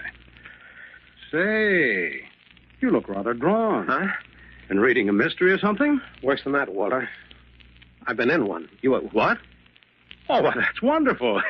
Here, let me sit down by the fire. Tell me all about it. It's not that amusing, Walter. Oh, I'm sorry, Roger. I didn't realize you were so upset. Well, tell Professor Stone all about it. Well, it began about 2 hours ago. Some fellow called me up on the phone and insisted that I'd murdered a friend of his. Roger, are you making this up? up? Of course not. I told you it was incredible. This fellow, whoever he is, claimed that his friend used to be a partner of mine, that he supposedly committed suicide, but in reality, I'd killed him. Roger, I've only known you for a few years, but it's never quite struck me that you were a Jekyll and Hyde character. I went immediately to the police, but they insist it's only a practical joke. What else could it be? Well, then how do you account for the fact that a few moments after I returned home, this madman phoned me again? He insisted that I confess the murder, and he's given me 2 days in which to do it. And if you don't confess this imaginary murder... He's going to kill me. Say, he's covered everything. A very thorough fellow. But who can it be? Oh, probably one of the boys down at the office.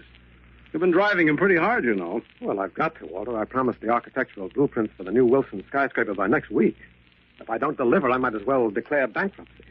That's the biggest job I've ever gotten. Yes, I know. Your bid was a few thousand lower than mine. I hope you make it, Roger. It's a wonderful chance for you. Don't I know it? Everything was going along beautifully until this maniac began to bother me tonight. I'm worried about this. He must have me confused with someone else. Oh, forget about that, Roger. You heard the last of him. Ah, there it is again. Shall I answer? No, I will. Maybe it's someone else. At this time of night? Hello? I'm outside the house, waiting. Why don't you tell me who you are? Here, let me have it. Hello. Hello. There's no one on here. Hello. Hello. Hello. You're not hearing things, are you, Roger? Please, Walter, not from you. I couldn't stand it. Couldn't you recognize the voice? No, I can't. It's not familiar at all. I wonder why he left the wire when he heard my voice. Perhaps he knew you would have recognized him. Yes, that's probably it, Roger. Well, whoever it is, you'll be able to dress him down properly when you discover his identity. Then it'll be your turn to call him up all night long. If it were only as simple as that. If only... If only what, Roger? Oh, nothing, Walter, nothing. Well, I'll be getting along, Roger. You look as if you need some rest. I hope I can get it. Better see to it that you do. You have to be in shape for those Wilson building blueprints tomorrow. Somehow they seem unimportant now. Look here, Roger. You're letting this thing get the better of you. Now, hold on to yourself. Don't let this jokester upset you. Thanks, Walter. I'll be all right. That's the boy. Well, have a good night's sleep.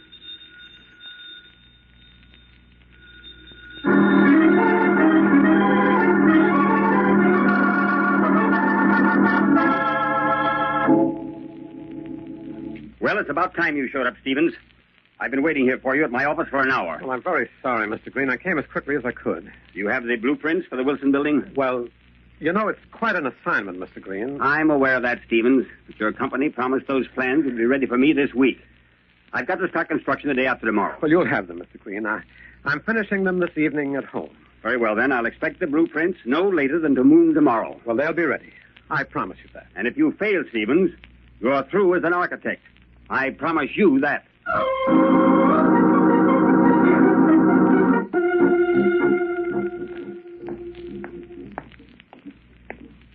Joe, is my car ready? Oh, hello, Mr. Stevens. Yeah, sure. It's all serviced. Oh, thanks, Joe.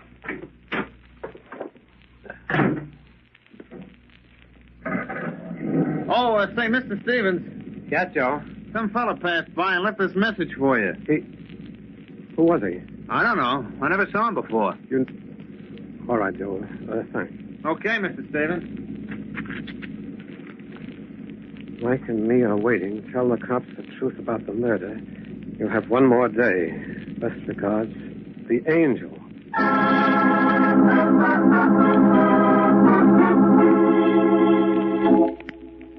I've never heard of any criminal called the Angel. Well, this fellow's no ordinary crook, Lieutenant.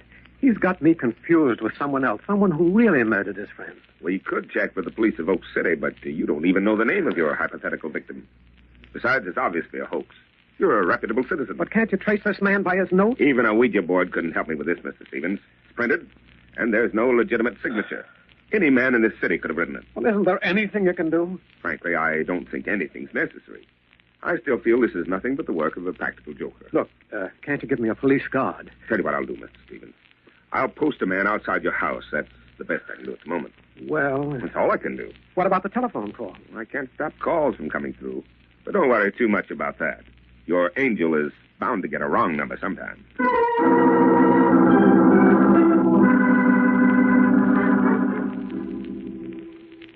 All these plans for the building. I've got to finish them. If he'd only leave me alone. I can't think. Green must have them. Construction the day after tomorrow. No, I won't answer. Why doesn't he let me alone? He should only stop ringing. Hello, Mr. Stevens. I've been waiting for you to pick up the phone. I know you're there. That's all right. You don't have to answer. I guess you're tired. 10 years of hiding would be tough on any man. But it'll soon be over. Just one more day. Good night, Mr. Stevens. It won't be long now. Hello. Hello. Yes, Mr. Stevens. Operator. Yes, sir? Quickly, trace that call that just came to my apartment. What was that, Mr. Stevens? I said trace that call I just got.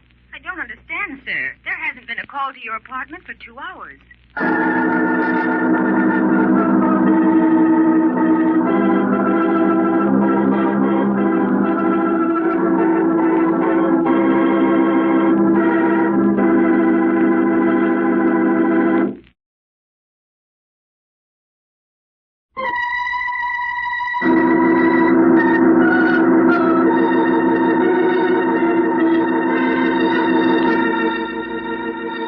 The life of Roger Stevens has turned sharply from its security and contentment to a torment of fear and anxiety. A strange man has been phoning him constantly, threatening him with death unless he confesses a murder to the police. Stevens has one more day left in which to confess this crime of which he knows nothing, or he will be killed. Roger Stevens feels a growing terror in his heart. Just a few moments ago, he had received another telephone call. But upon asking the switchboard operator to institute an immediate tracer, he was informed that no one had phoned his apartment for the past 2 hours. Roger Stevens sits in his study, staring vacantly into the fire, the dull glaze of fear in his eyes. The jangling of the phone again, like a sharp, sudden pain. He jumps up quickly, runs rapidly across the room. Hello? Hello? I understand you were looking for me, Mr. Stevens. Oh, yes. I'd like to find you. You'll see me soon enough. You can count on that. Look, why don't you come to see me now, huh? Maybe we can talk this over. I made our bargain, Mr. Stevens. There's nothing else to say. I'll pay you anything, only go away. Leave me alone. You haven't much time left. Better make up your mind. For the last time, I tell you, I don't know your friend, Mike. You won't even let me know his last name. You know his name. Tell it to the police. Hey, look, I'm carrying a gun. If you try to touch me, I'll kill you. Put it back in your desk. It won't do you any good. You're going to die. And without any company from me. You're a brave man hiding behind a voice. I won't have to much longer. Goodbye, Mr. Stevens. This is the last time I'll be calling you. The next time we talk, you'll see me much better than you do now. No, wait. I have, too long.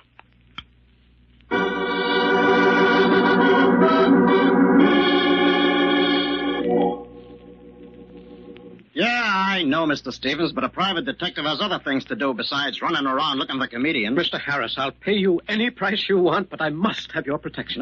Sorry, Mr. Stevens, but I can't take the case. But the man who's been calling me is a dangerous criminal. He's threatened to kill me. If he does, it'll be a joke on him. Oh, Oh, I'm sorry, but you see, I've heard so many similar cases to yours. How do you account for the telephone call to my apartment? Well, maybe the switchboard operator is in on the gag. Or maybe it's your imagination. It wasn't my imagination. There was such a call. Well, whoever your friend is, he's covered all the angles. Then will you help me? No. No, Mr. Stevens, I'm afraid I can't. It's not in my line. When you have a murder on your hands, look me up.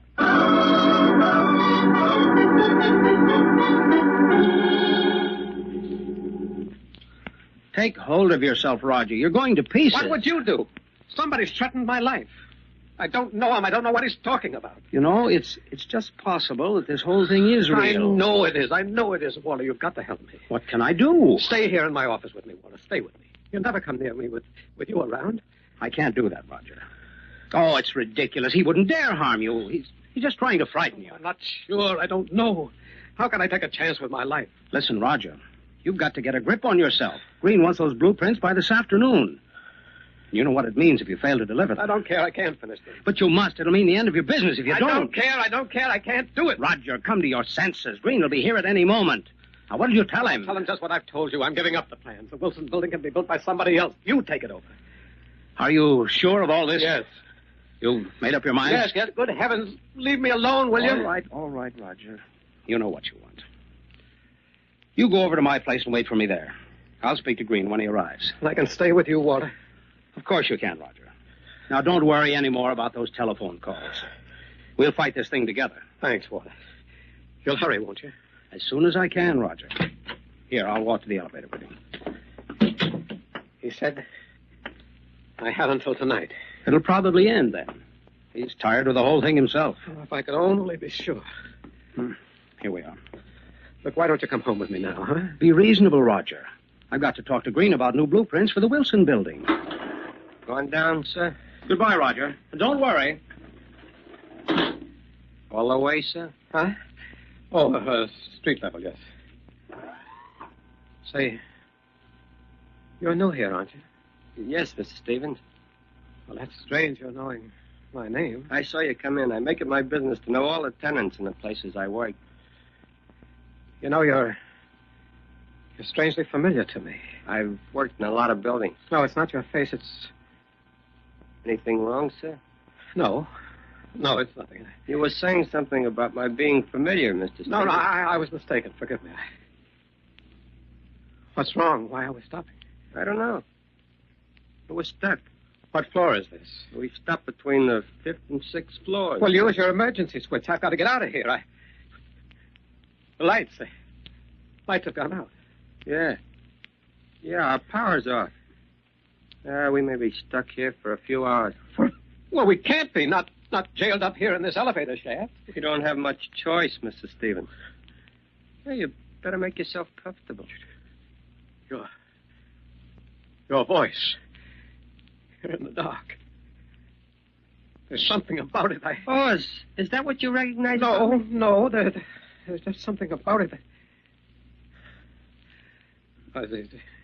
It's probably just my imagination.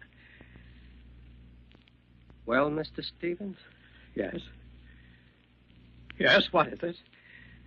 I guess this is it. What do you mean?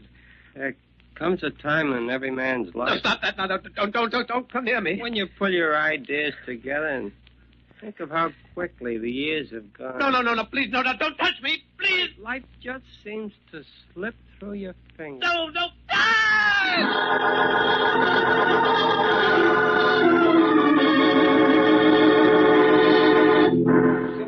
All right, everybody, stand back. Give him a little air, will you? What's wrong here? What happened to Mr. Stevens? The elevator got stuck in the shaft, sir. Mr. Stevens, well, he sort of went to pieces. Stevens, wake up, man. Wake up.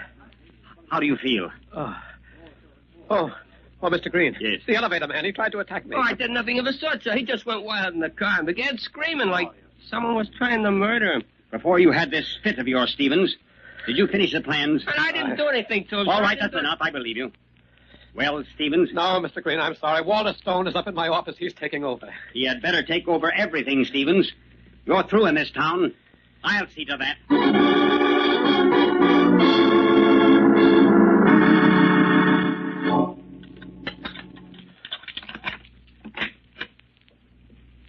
All right. Roger. Oh, hello, Came Walter. home as quickly as I could. Old man Green was a bit of a problem. It took a lot of convincing that I could finish the plan. Don't talk to me about the blueprints. I'm not interested. Oh, what you need is a good rest. Go away and forget about this morbid joke. You still persist in calling it a joke, huh? I'm sorry, Roger. Walter, this is my last night. I haven't gone to the police to confess. I'm afraid. I'm terribly afraid. What happened to you in the elevator? Oh, I don't remember it too clearly. I thought the operator was the man who's been phoning me. I spoke to him on the way down in his car. He told me he was just talking to pass the time when you suddenly seemed to go crazy. Maybe I am. I don't know. Take it easy, Roger. It's all over. Oh, it'll never be over. What do you mean, never? I'm going to give myself up. You really are going crazy. I don't know the man who's been calling me, but I can't take this any longer. I'm going to tell the police the truth. The truth? Yes, Walter. 10 years ago, I did murder a man. His name wasn't Mike. It was George Matthews. He was my partner. Great Scott, Roger. It's unbelievable. Why do you think these calls began to drive me out of my mind? If it was just a joke, I'd have ignored these phone calls. Then you did kill George Matthews in Oak City. Yes, in Oak City. How did you know it was Oak City? Why, I never told you I lived in Oak City. I never told you it was Oak City this fellow Mike was supposed to have been murdered in. Look, Roger, stop imagining. I told you it's all over. And the plans for the Wilson building. You wanted that contract. You always did. Excuse me, Roger, the phone. I've got to answer. No, Walter, I'll answer that phone. Maybe it's our friend. Roger, I think it would be better if I would... Walter, I'm going to answer that phone if I have to knock you down first. Hello? Hello? Yes? Well, I guess it's all finished, Mr. Stone. I understand you got the contract. Boy, you should have seen Stevens in the elevator. He almost went nuts. Would you mind repeating that? I said he almost... Wait. Who is this? Go on. What's the rest of it? Who is this? You're not Mr. Stone. He hung up. Roger, please, put that gun away, Roger. I once warned the voice over the phone that I carried a gun. Didn't he tell you? Put it away. We can talk this out man to man. Yes, Walter, you made the same mistake I did. You were too greedy. It never works out. That call that the switchboard operator denied receiving, you planned that also, didn't you? I didn't know you'd killed a man, Roger. I asked the operator to say she hadn't received any calls, but it was all part of a harmless plan. It was all an accident. I just wanted to frighten you into not finishing the plans. I needed the contract. Walter, you've given me a brilliant idea. Stay away from me. Stay away. No, Roger. Please, it was only a joke. Glad you didn't get the last laugh. Roger. No.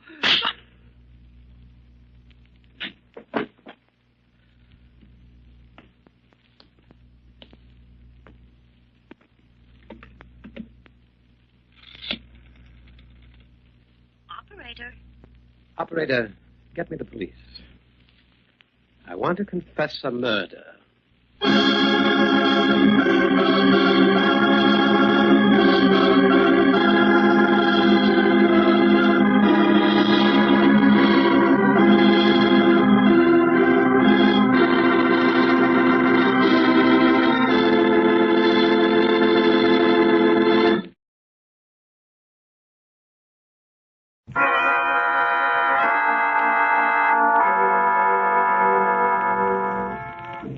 From shadows and stillness, mystery weaves a spell of strangest fascination, charging the mind with doubts and fears. For mystery is a strange companion, a living memory in the haunting hour.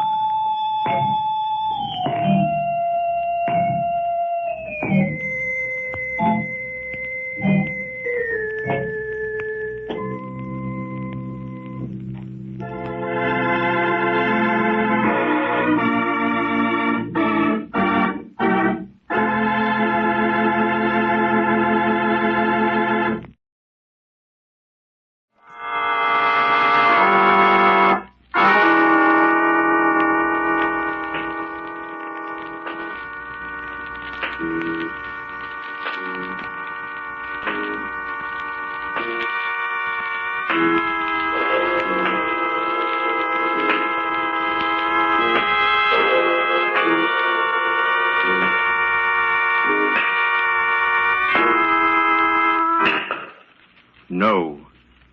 No, stay where you are. Do not break the stillness of this moment, for this is a time of mystery, a time when imagination is free and moves forward swiftly, silently. This is the Haunting Hour.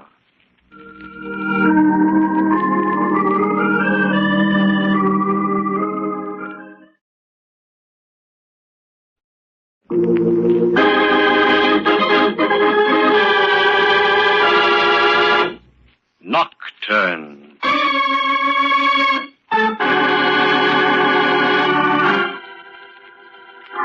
Exceedingly strange is this world, and of all the things in it, the strangest are the ways of men.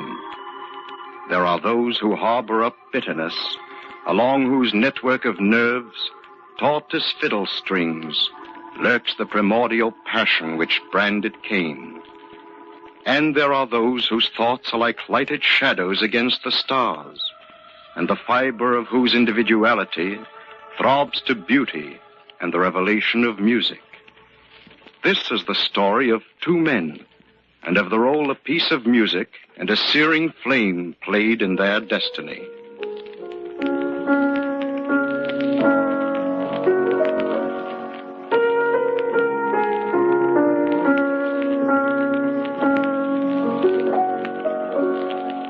Two men, Matt and Stuart Bannock, twin brothers held together by the tenuous cobweb of blood ties, but poles apart in the warp of their lives.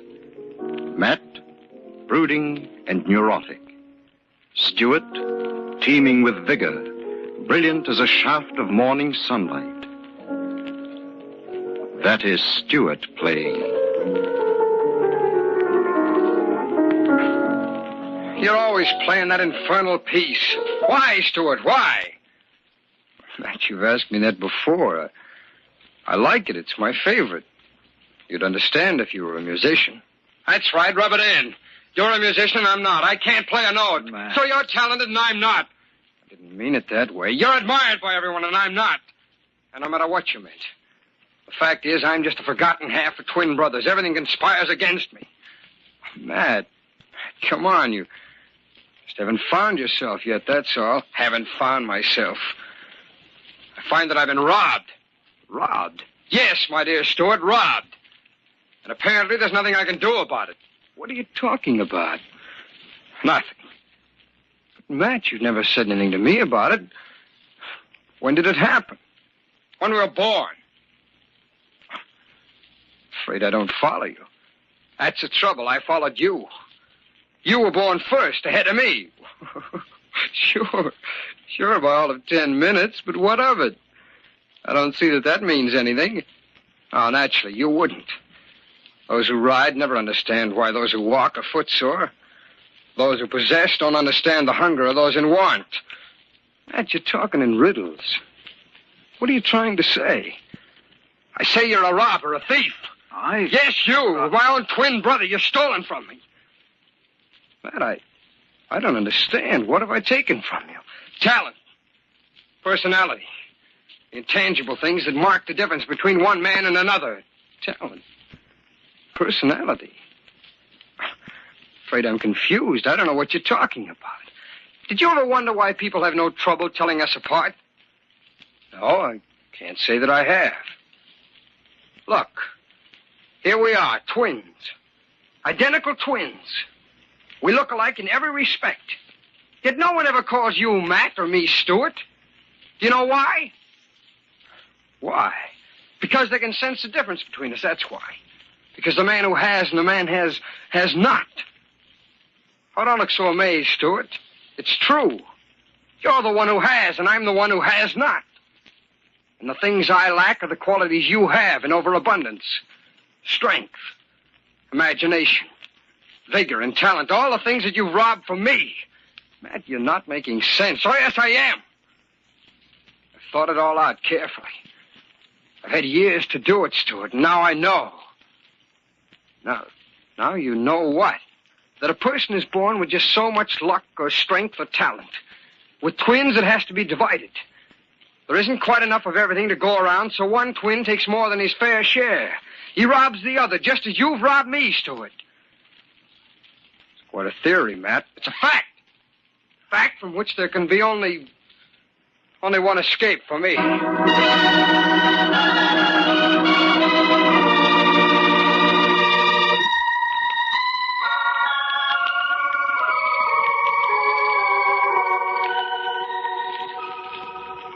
Mavis?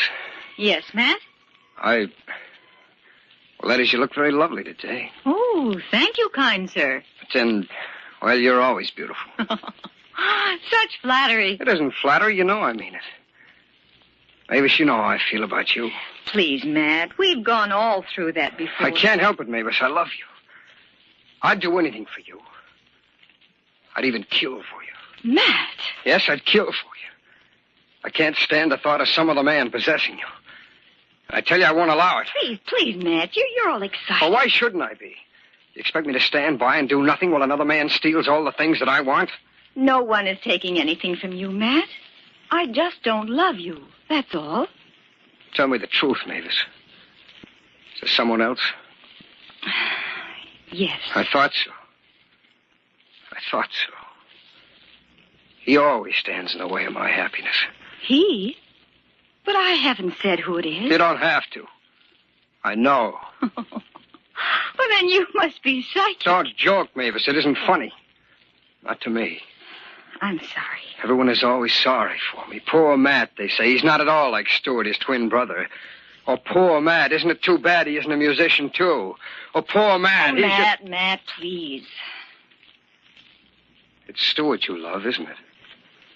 I didn't say. You don't have to. I can see it in your eyes. Why are you afraid to tell me? I don't know. Maybe it's because of what I see in your eyes. I'll tell you what. I'll make you a promise. As soon as the news of my engagement is ready to be released, you'll be the first to know. Thanks. No. Now do you feel like killing anyone? Yes, more than ever.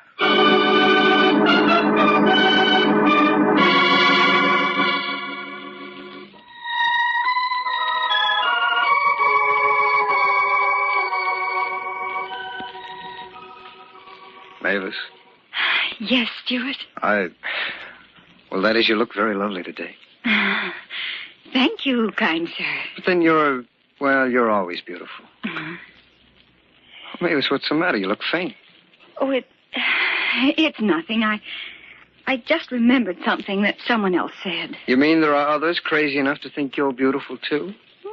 So I've been led to believe. I thought I was the only one. You are the only one. Oh, Mavis, darling. I love you. And I love you. Oh, this is wonderful. You're wonderful. Everything's wonderful. I want to tell the whole world about us. Oh, but I promised to let someone be the first to know. Who is it? Anyone I know? It's Stuart. You will be careful, won't you? Careful? Careful of what, dear? Of, Oh, it's nothing. I guess I'm just being silly. No, you're adorable. Come here. Now, still feel silly? No. Oh, but, Stuart, darling. Yes, dear? Do be careful. For my sake, please.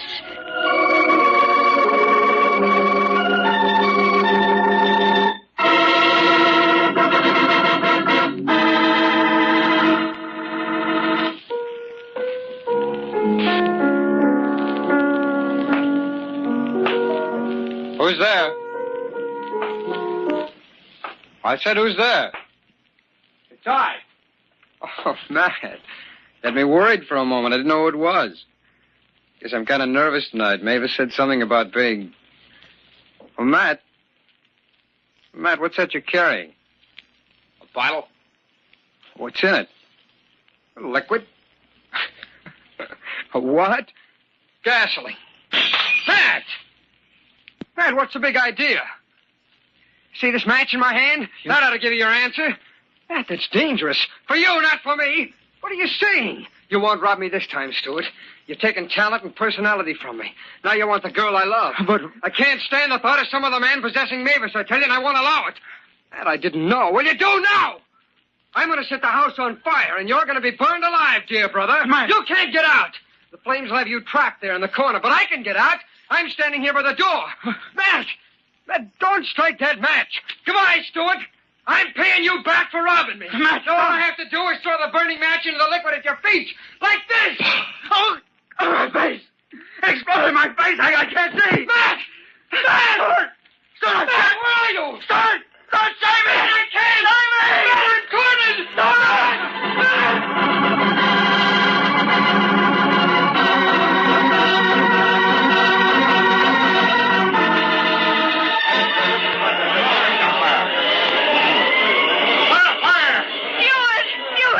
Can't go in there. Oh, my fiancé is in there. Let go of me, officer, please. Sorry, but no one can go into that house. It's a solid mass of flame. Please, please. Nothing doing. Look, there's somebody at the window. He's going to jump. Oh, let it be Stuart. Go on, jump. Hurry, jump. Stuart! Stuart! Hang on.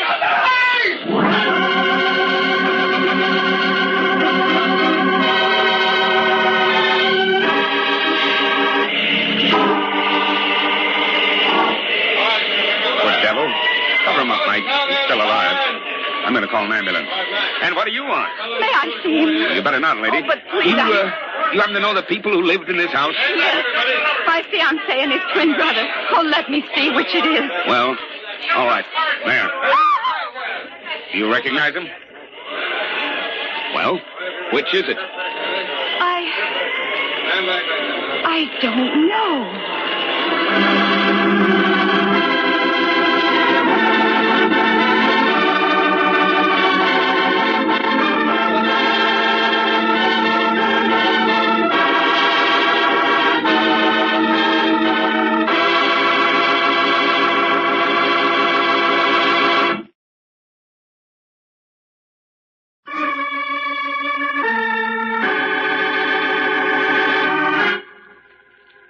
Matt and Stuart Bannock, twin brothers, yet different as day and night. Matt, bitter and neurotic. Stuart, a brilliant pianist whose favorite music is one of Chopin's Nocturnes. Both are in love with Mavis, who loves Stuart. Matt believes he has been robbed of talent and personality by being born a twin. He sets fire to the Bannock house to kill Stuart.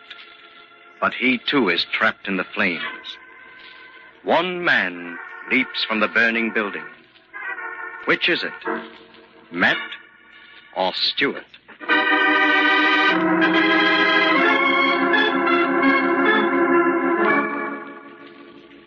And the chief says there's no doubt it was a case of arson. That so? Yep. We found the fellow who sold the gasoline. He swears it was Matt Bannock who bought it. He's positive, huh? Yep. Says he knew both Stuart and Matt all their lives. Has never mistaken one for the other. Makes the case pretty easy then, doesn't it, Kelly? Bain, how long you been on the arson squad? Oh, about 2 months. Well, Bain, when you've been on it as long as I have, you'll know there's no such thing as a really easy case. We've got the survivor, haven't we? Yep. Got him under guard in the hospital. Then all we have to do is identify him. What's so tough about that? Oh, nothing. Nothing at all. Except that the guys were identical twins and this fellow's badly banged up. And nobody knows whether it's Matt or Stuart. No way of identifying him? By fingerprints or something? No, we've checked everywhere. Their prints have never been filed. Well, Yeah, go on. I'm listening. Why can't we get him to talk and identify himself? We've tried that. He talks all right. He'll talk your arm off if you let him. But getting him to make sense, that's a different story.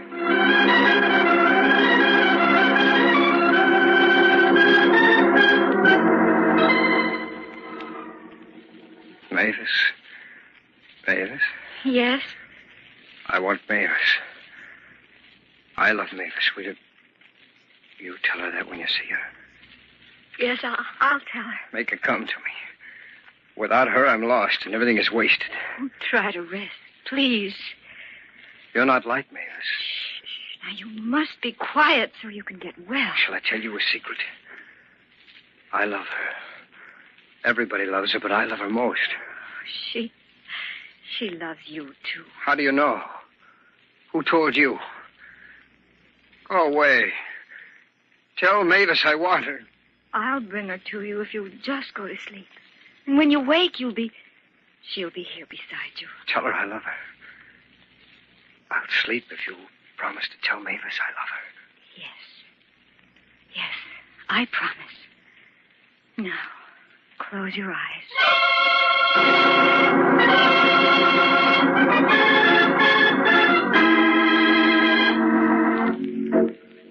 And that's why we can't get him to identify himself.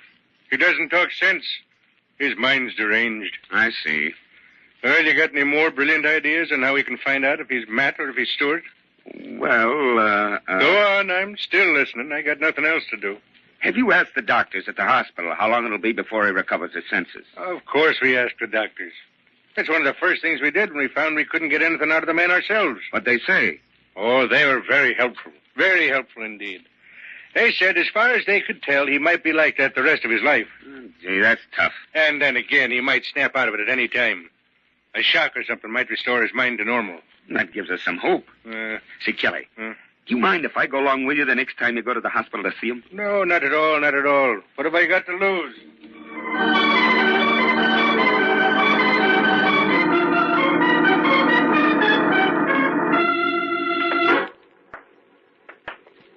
There it is.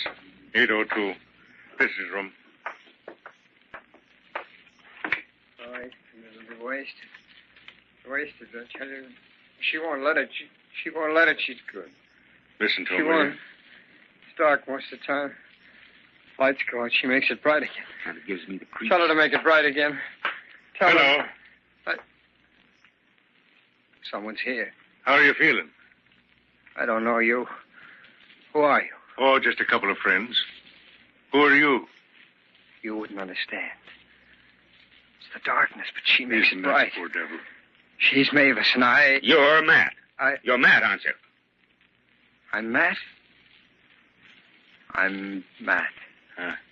I'm tired. I'm tired. But you are Matt Bannock. We know that now. I love Mavis. Stop bluffing. You're Matt Bannock. You know you are. I know I am. I am Matt Bannock? Yes. Yes, I am Matt Bannock. I'm Matt Bannock, and I've been robbed. Mavis makes the darkness bright. Stop that. Now repeat after me.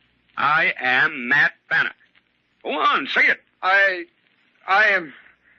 It's no use saying he's cracked. I think he's faking. What's your name?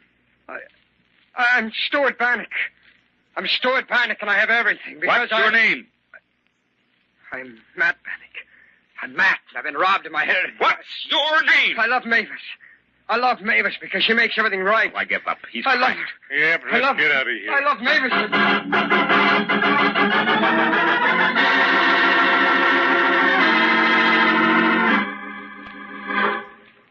Well, Matt Bannock or Stuart Bannock, whichever he is leaving the hospital today. Girl Mavis has taken him to her home. Why? Well, it seems she and Stuart became engaged the very day of the fire. She doesn't know whether this fellow is Matt or Stuart, but she isn't taking any chances. You know how loyal women can be. Yeah. I'd like to forget the whole case, but the chief won't stand for that. He won't rest or let us rest till he proves who the survivor is. Yeah. But even if he is Matt, we can't get a conviction. The man is mentally unbalanced. Or else he's putting on a darn good act. And an act always has a flaw that shows up in time. But whatever it is, he's still getting away with murder.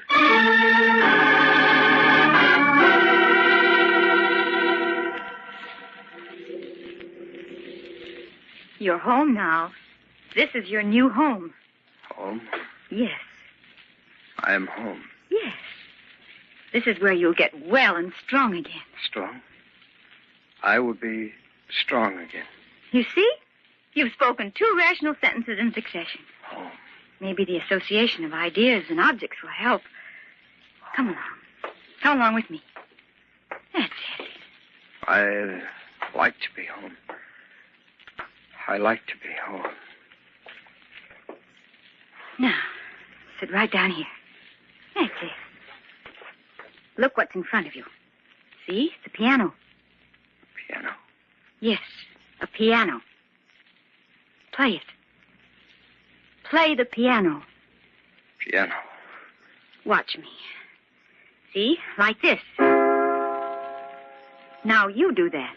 Piano. Here. Let me help you. Put your hands on the keys. Like this. That's it. Now play. Please. Piano. Please try. Try again. Oh, no.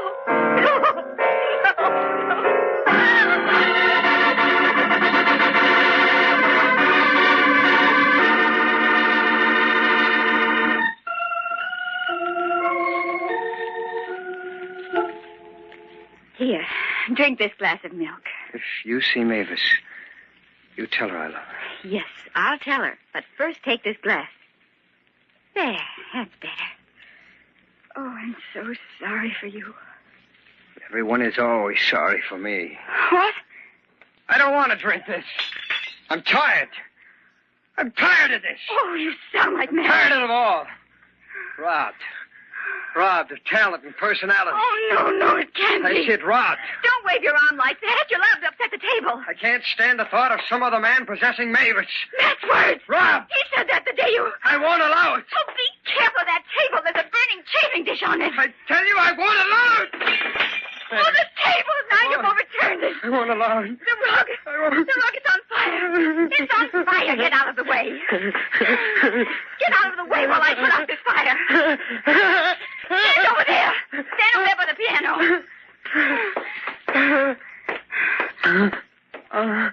There. There, the fire is out. Do you hear? The fire is out. Fire? Fire? Don't come near me. Stay there by the piano. Piano? Yes, by the piano. Piano. Fire. No. Piano!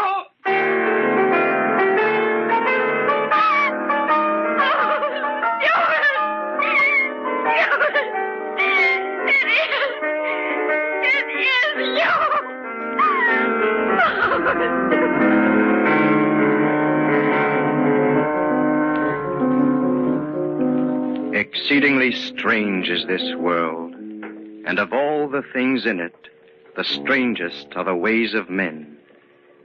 This is the story of two men, and of the role a piece of music and a searing flame played in their destiny. Two men, Matt and Stuart Bannock, twin brothers, held together by the tenuous cobweb of blood ties, but poles apart in the warp of their lives. Matt, brooding and neurotic. Stuart, teeming with vigor, brilliant as a shaft of morning sunlight.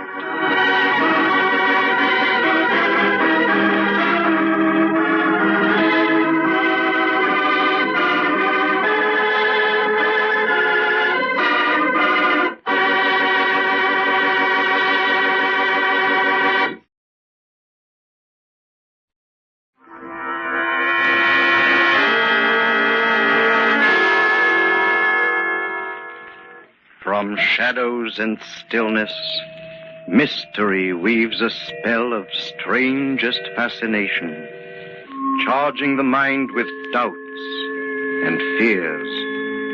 For mystery is a strange companion, a living memory in the haunting hour.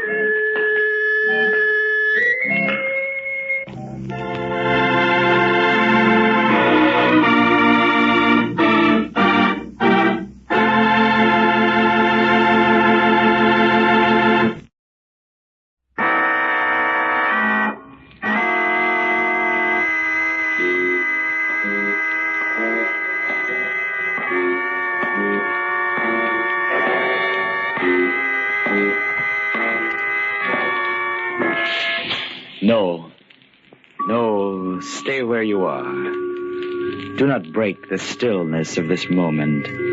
For this is a time of mystery, a time when imagination is free and moves forward swiftly, silently.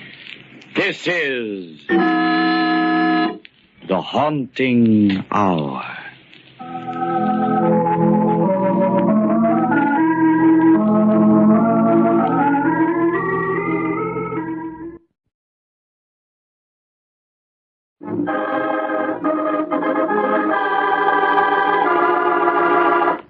The Skyscraper Mystery.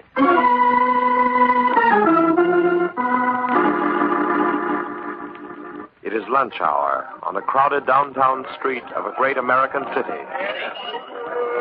Come on, Sadie. Let's go into this store. I've simply got to get a dress today. Oh, gee, Hazel, I'd love to. Honest, I'd love to. But I've been out of the office an hour now.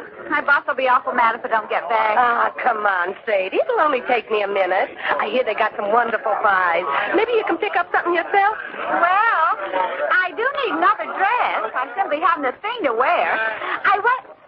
Hazel! Oh, what is it? There's a man falling from that building.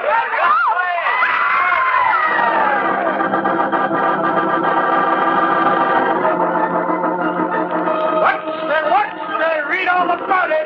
Third window cleaner plunges to death in 2 weeks. Mysterious accidents continue. What's there? Read all about it.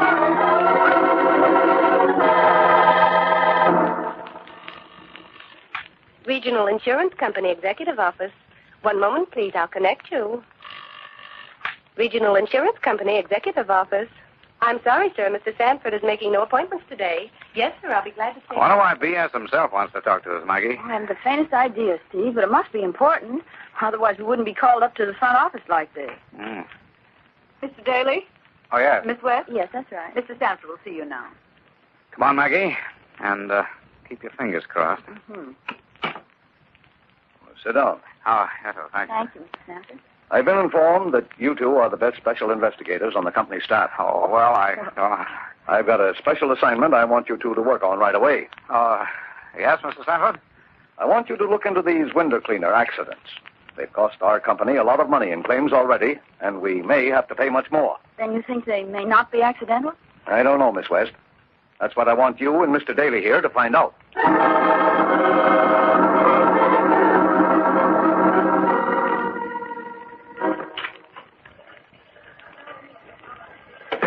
Steve, I just got your report. No window cleaner has died by accidental fall in over 10 years. Thank you, Maggie. Yeah. And yet 3 of the poor devils hit the pavement in the last 2 weeks. It could be coincidence. It could. Could be something else. Look, Maggie, add this up now. There are only 2 big contract window cleaning companies in town, Intercity and Superba. They're bitter competitors. Between them, they handle all the skyscraper business in town, and the business runs into millions of dollars. Well, doesn't it strike you as peculiar that all the accidents have happened to the Intercity company, the firm we insure, and none to Superba? I don't know. That could be coincidence, too. Yeah, that's just it. The case is full of coincidences, too full. What are we going to do about it? I think we ought to drop down to the Intercity company and have a little talk with the man in charge.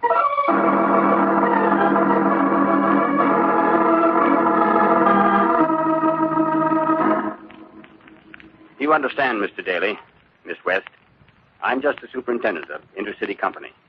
The firm is actually owned by hundreds of stockholders and operated by a board of directors. I see. Do you mind if we ask you a few questions, Mr. Cooper? Not at all. I'll do anything if it'll help stop these terrible accidents. Then you think they were accidents? I'm afraid they were, Miss West. I don't understand why they happened, but they couldn't have been anything else. Why do you say that, Mr. Cooper? Well, when the men fell from the windows, they were wearing their safety belts. And they were in perfect condition. Yes, that's right. That's what the police report said. Oh, what about the bolts on the sides of the windows where the cleaners hook in their belts? They hadn't been tampered with. They were in perfect shape. Then you think your men plunged to their death just through carelessness? I don't like to admit it, Mr. Daly, but I can't see what else it could have been. But aren't your men trained to be careful? Yes, they're trained to be very careful. They have to be. That's what I don't understand. These 3 men were old-timers with the Intercity Company. I knew them all well. Knew their wives and their families, too. Well, it's hit me pretty hard personally, Mr. Daly. They were friends of mine. Oh, of course, I can understand that. Well, how have these accidents affected the company's business, Mr. Cooper? We're taking a beating, Miss West. We've lost 2 big contracts to Superba already, and we may lose a third. If that one goes over to our competitor, well, I don't see how we can stay in business. You see, the skyscraper people in town don't like all that unfavorable publicity. Yes, I read that the Exchange Building and Midtown Towers went over to Superba. That's only one of our troubles, Mr. Daly. We're losing men to Superba, too. We can't hire anymore. What do you mean? The window cleaners think our company is jinxed. They're very superstitious. We're having all kinds of trouble hanging on to them. Of course, you insurance people are in on the picture now, too. Not that I blame you, of We're course. just trying to get to the bottom of these tragedies. Of course. All of us would like to. I've been in this business 20 years, and I've never seen a mess like this. If this keeps up, well, we'll have to sell out to Superba for a song. They've got our backs to the wall now. Excuse me, please. Hello? Oh, yes, Mr. Bates. Yes. Yes, I'll be right down. More bad news. What is it? The board of directors is holding a special meeting, and they want me to appear. It looks as though they're going to put me on the carpet. I'll be lucky if I have a job when I come out. Good luck, Mr. Cooper. Thanks, Miss West. Oh, if there was only something I could tell them. If there was only something I could do to straighten out this mess.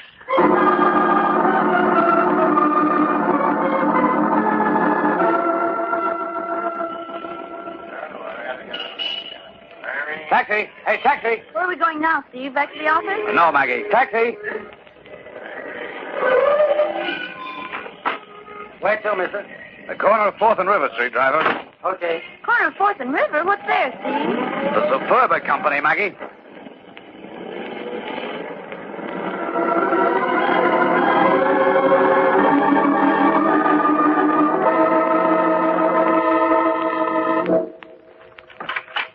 Mr. Carney will see you now. Oh, thank you. Thank you. You asked for a minute of my time. That's all I can spare. What is it? Mr. Carney, my name is Daly, and this is Miss West. If you're a salesman, you're supposed to see our purchasing agent. We're not salesmen, Mr. Carney. Well, what is it? Speak up. I'm a busy man. We represent the Regional Insurance Company. Insurance, so you're agents. When will you fellas learn to stop pestering me? I'm not in the market for any more insurance. That's final. Now get out. Just a minute, Mr. Carney. You may own the Superba Company, but you can't talk to me like that. Just a minute, Steve. Just a minute. Mr. Carney, we're not insurance agents. We're investigators. Well, what do you want of me? It concerns the little matter of those intercity company window cleaners suddenly dropping from Skyscraper. I see. Well, why come here to Superba? Our window cleaners aren't suffering any accidents. Why don't you go to see the intercity people? We've already been there. That still doesn't explain why you came to see me. We don't quite understand, Mr. Carney, why their men are having all the accidents and not yours. Look here, Daly, what are you implying? Why, nothing, Mr. We Carney. just thought that you might have an idea. I haven't any idea. I run my own business, a Superba company. What's going on at Intercity doesn't concern me, and I'm not interested. Is that clear? It's clear enough, but we've heard that you may be interested in the intercity company very shortly. What do you mean? Well, it's common knowledge that the intercity people have lost several contracts to you. If they lose a few more, they may be forced to sell out to you. I'm not in the habit of discussing my business with anybody. I haven't any information to give you, and I wouldn't if I could. Now get out. I'm a busy man.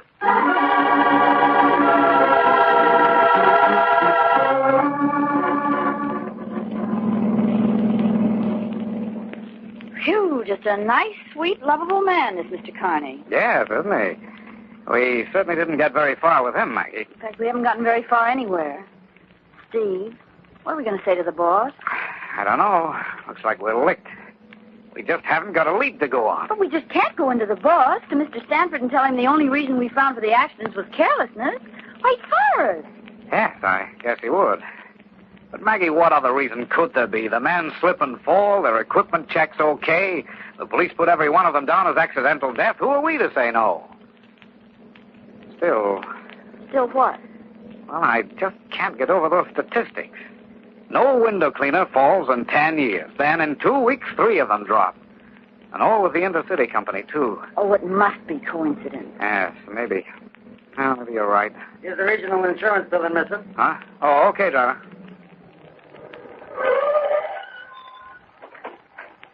Here you are. Keep the change. Thanks. Well, Steve, I suppose we might as well report to the front office. Yes. Steve! What is it? Up there, that window in our own building. A man... Hey, look out! Get out of it! dropped right through the awning and onto the sidewalk. Oh, horrible. Hey, it's another window cleaner. Hey. All right, Maggie, it's all right. Pull yourself together, Maggie. We've got work to do. Steve, Come on. We're going up into our building and find the office that poor devil dropped from.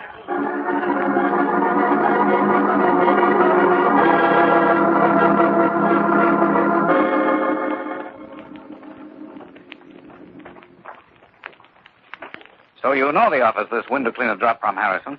Yes, Mr. Daly. I passed by it not 5 minutes ago and saw him doing the window. This is a 30-second story. Oh, the poor fellow never had a chance. I'll say you didn't. Oh, did you find out anything by talking to the elevator boys, Maggie? No. None of them delivered anybody on this floor or picked anybody up in the last 5 minutes. You see, Mr. Daly, there hasn't been any business done on this floor in the past month. The whole bookkeeping department used to be here, but they moved it down 2 floors. Oh, here's the office. Hey. Maggie. Yes? Notice a faint odor in here, the odor of some chemical? Oh, yes. That's funny. It's kind of a hospital smell. I'd say it was some kind of cleaning antiseptic, Miss West. You see, the scrub women were in here a half hour ago. Oh, I see. Well, then it must have been the soap or cleaning solution they use. Anyway, it's not familiar to me. Oh, Steve, look. Why, there's the window washer's pail and sponge on the windowsill just as he left it. Yes. Hey, wait a minute. That's funny. What's funny? The pail's on the outside sill of the window. What of it? Well, look at the window, Maggie. It's already been washed on the outside. The man was working on the inside when he was interrupted. He must have been. Good heavens, Mr. Daly. Then how could he fall out? It's just what I'd like to know.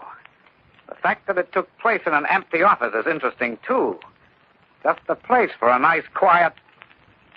Maggie. Yes, Steve? I want you to do a little research for me in a hurry. What? Check back on every accident of this kind that's happened. Find out which offices these poor devils fell from. Then call me the moment you're through. But, Steve, what? It's just a hunch I've got, Maggie. But if it's true... Okay, Steve, I'm on my way.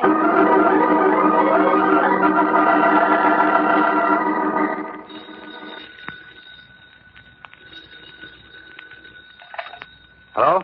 Steve, this is Maggie. I think I've got something. Yes? Every one of those accidents took place from the window of an empty office.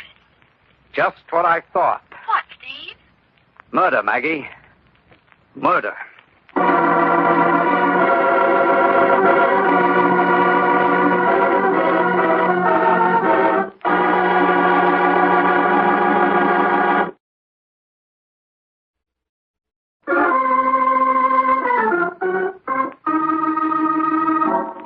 Steve Daly and Maggie West, special investigators for the Regional Insurance Company, have been sent out to determine the cause of a series of mysterious accidents which have taken place among the skyscrapers of the city.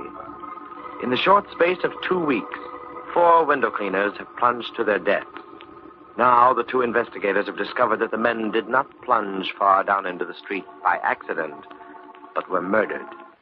From that point on, they hit a blind wall. Well, here we are again, Maggie. Look, we know these men were murdered. The window in our building and the fact that all the offices from which these window washers fell were empty proves that. Yes. Naturally, the killer would pick a time when the cleaners were working in empty offices, where he knew he wouldn't be disturbed. Oh, gee, I wonder who he is, Steve. Well, if we knew that, we'd know everything. At least the motive seems to be a simple one, to ruin our client, the Intercity Company. Mm-hmm. And incidentally, to ruin us. We're paying out claims in 4 of these accidents now. The boss is raving. Yes, I know. He wants results. And quick. But good heavens, Steve, we can't watch every skyscraper in the city. Of course we can, Maggie. Be like looking for a needle in a haystack. Oh, as I see it, we've got only one chance. What's that? Did you ever hear the old saying, if the mountain doesn't come to Muhammad, then Muhammad must go to the mountain? Mm-hmm.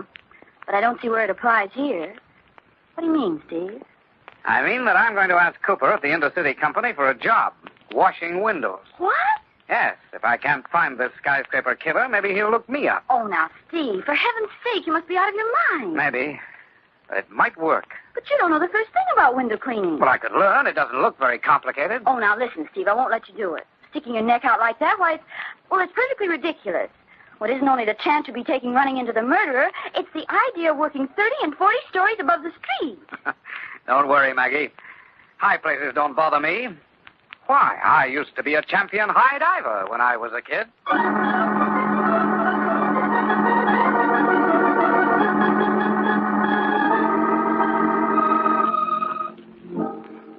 I can't give you a job with my outfit. This idea of yours, well, it's fantastic. Perhaps, Cooper, but it might work. And it's our only chance. But you've never had any experience. Oh, now, how long does it take a green man to break into this business? Well, a couple of weeks. But it isn't the work itself. It's the idea of being careful. Now, don't you worry about that, Cooper. I'll be careful, believe me. Taking a nosedive from a skyscraper into a hard street isn't exactly my idea of a nice way to leave this mortal coil. You'd be running a dangerous risk. Not just from the work alone, but if, as you say, there's a killer running around loose. Well, your own men are running the same risk every day. Yes, I know. All right, then. How about that job? Okay, Daly, I'll give you the job. But it's against my better judgment. I just want to say that you've got plenty of courage to stick your neck out like this. I admire you for it. Thanks. Oh, who's the man I report to, Cooper? Oh, Joe Lane, our crew boss. I was phoning to put you on. Report to him here at 8 tomorrow. Fine. And, I wouldn't tell him who I am.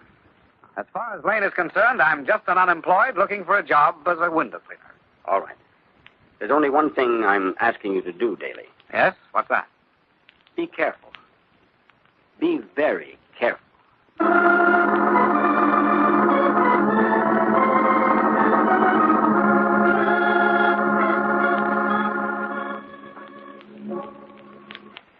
Morning. Are you Joe Lane? Yep. Oh, my name's Daly, Steve Daly. Oh, yeah, the boss told me about you.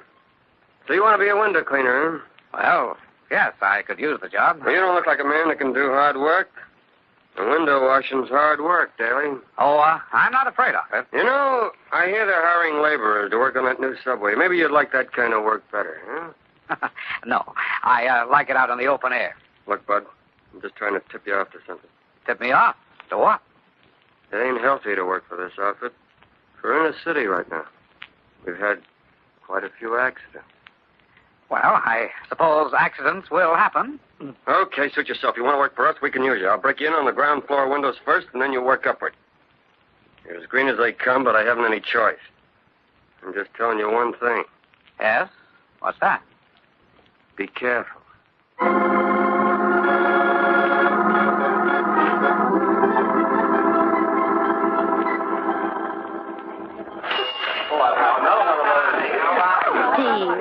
Yes, Maggie? You hardly touched your food. Oh, I know. I'm too tired, I guess. Now, I've been using a lot of muscles that never belonged to me. By the way, young lady, you've hardly touched your food either. I'm too scared. Scared? About what? About you? I haven't had a good night's sleep in the 3 weeks you've been working for Intercity. Oh, now, wait a minute, Maggie. And last night I had a terrible dream. I dreamed that you were a human fly. A what? A human fly. You were climbing up the wall of a new skyscraper, 100 stories high, and there was one little window at the top you had to clean before you quit. Well, it looked like a little evil eye shining down at you, mocking you. Well, there you were, climbing up the side of that blank wall, and you'd almost reached the little window when you started to slide back down. You slid further and further, and then suddenly you couldn't hang on anymore and fell into thin air. Oh, that's a great place to stop. What happened then? I don't know. I woke up while you were still falling down. Oh, Steve, why don't you quit? Nothing's happened to you. Let's keep it that way. No, nothing's happened to me, but we've got one result anyway. What's that? There hasn't been an accident in 3 weeks. Oh, then you think the killer's lying low? Yes, but only for the time being. I'm quite sure he'll strike again. Mm-hmm, and you may be just the one he's looking for. Well, if he's interested, he'll find me on the 40th floor of the Syndicate building tomorrow.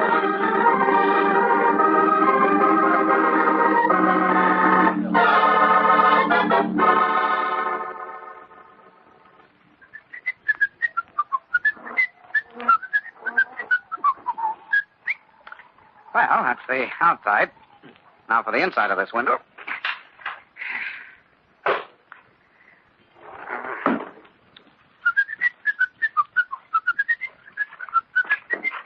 Don't turn around, Daly. Keep facing that window. So, you're the man I've been looking for. Not exactly. You're the man I've been looking for. No, keep your hands up or I'll drill you with this gun. I see you picked a nice empty office where you wouldn't be interrupted. Naturally, my friend. Naturally. What are you going to do now? Don't you know, Daly? You're going for a ride. A one-way ride. You'll never get away with this, Cooper. Oh, so you recognize my voice? You'll never get away with it. They'll get you sooner or later. Oh, no, my friend, I disagree. When you have slipped and fallen to the street below, the police will call it an accident. They always do. You see, your body will be so crushed that no one will think otherwise. After all, we're 40 stories up. That's pretty high. Why are you doing this, Cooper? Why are you undermining and ruining your own company? I see no harm in telling you, Daly. I'm quite sure it won't get any farther. You see, Intercity will have to sell out to Superba for a song. And then I'll get a dividend from Superba for my work. Yes, sir, quite a dividend. So Carney of the Superba is paying you for these killings, huh? Killings? Oh, that's such a crude word, Mr. Daly. You mean, accidents. However, this is no time for talk. Work to be done. I have a new cleaning fluid here in this little bottle. I'm going to demonstrate it to you. Chloroform, huh? You're very clever, Daly. You called your man inside the office on the pretext of demonstrating a new window cleaning fluid. Then you knocked him out with the chloroform and dumped the poor devils out of the window. And you knew that even if there were a coroner's inquest, nothing would come of it. Because chloroform is almost impossible to detect in an autopsy. You're too clever, Mr. Daly, much too clever. Naturally, I knew you'd never fall for a pretext like that.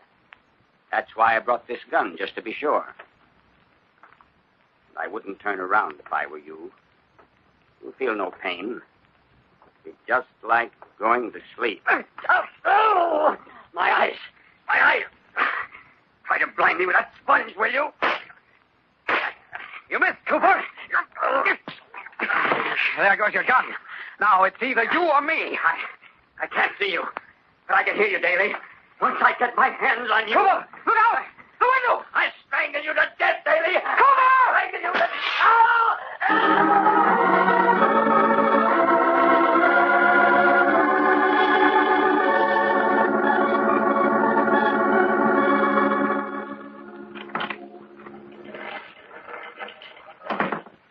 Well, Steve, they caught Carney at the airport. He'd booked passage for the West, trying to make a getaway. Well, that seems to tie it all up, Maggie. Especially where Cooper was concerned. When a person falls 40 stories to the street, well, there wasn't any doubt. You know, there's one thing I don't understand, though. Cooper was walking up to you with a gun and a cloth soaked in chloroform, isn't that right? That's right. Well, then how did you manage to turn around and close with him before he could fire that gun? Well, you see, Maggie, I was facing the window and I saw his reflection in the glass. My hands were up and the sponge was in my right hand. It was soaked with soapy water and ammonia. Ammonia? Yes. Well, when I saw Cooper coming at me from behind, I had to take a long chance. He was about 3 feet away from me when I flipped the sponge backward. Luckily, it caught him square in the face and blinded him temporarily.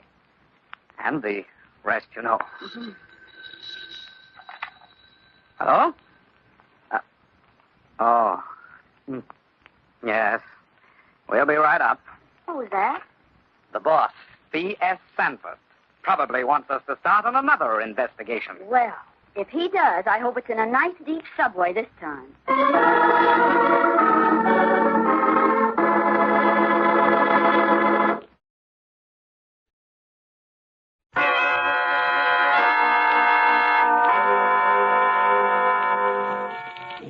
From shadows and stillness, mystery weaves a spell of strangest fascination, charging the mind with doubts and fears. For mystery is a strange companion, a living memory in the haunting hour.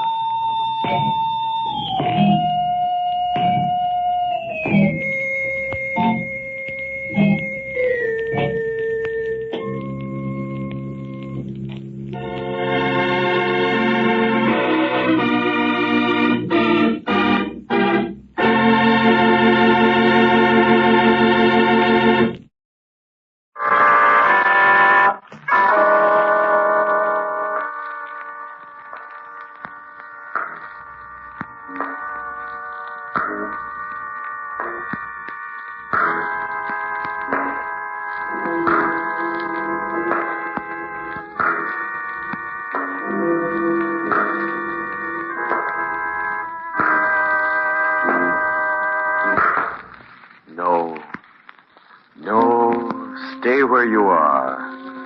Do not break the stillness of this moment. For this is a time of mystery.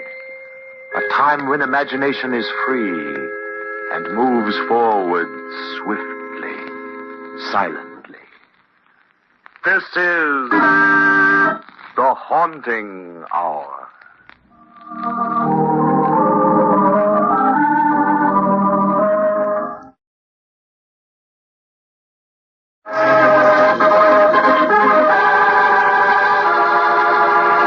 The Mystery of the Southern Star.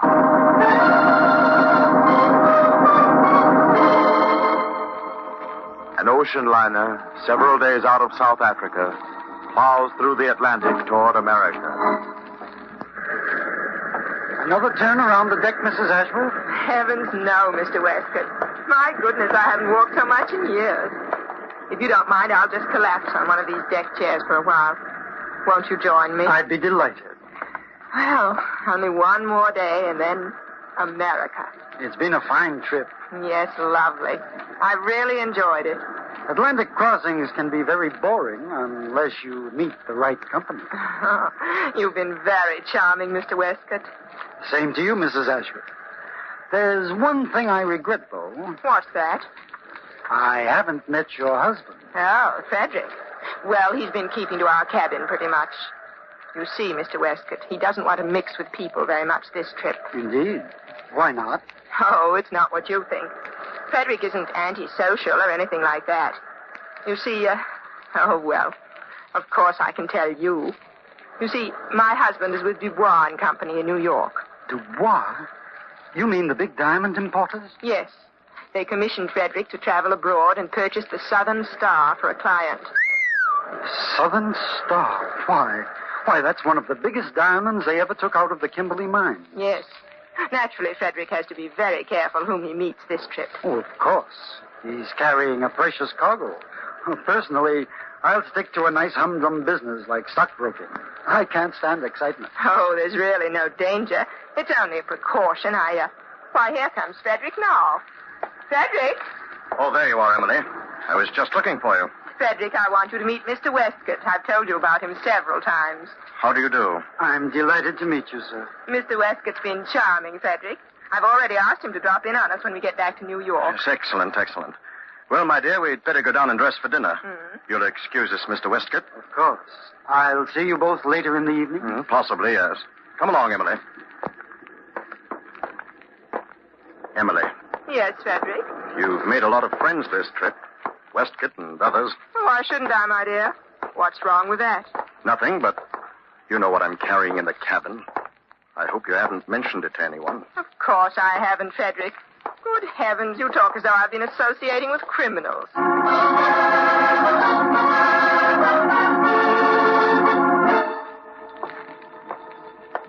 Radiogram, Captain. Just in from communications. Thanks. Any answers, sir? No. Tell Sparks to send these messages, though. Aye, aye, sir.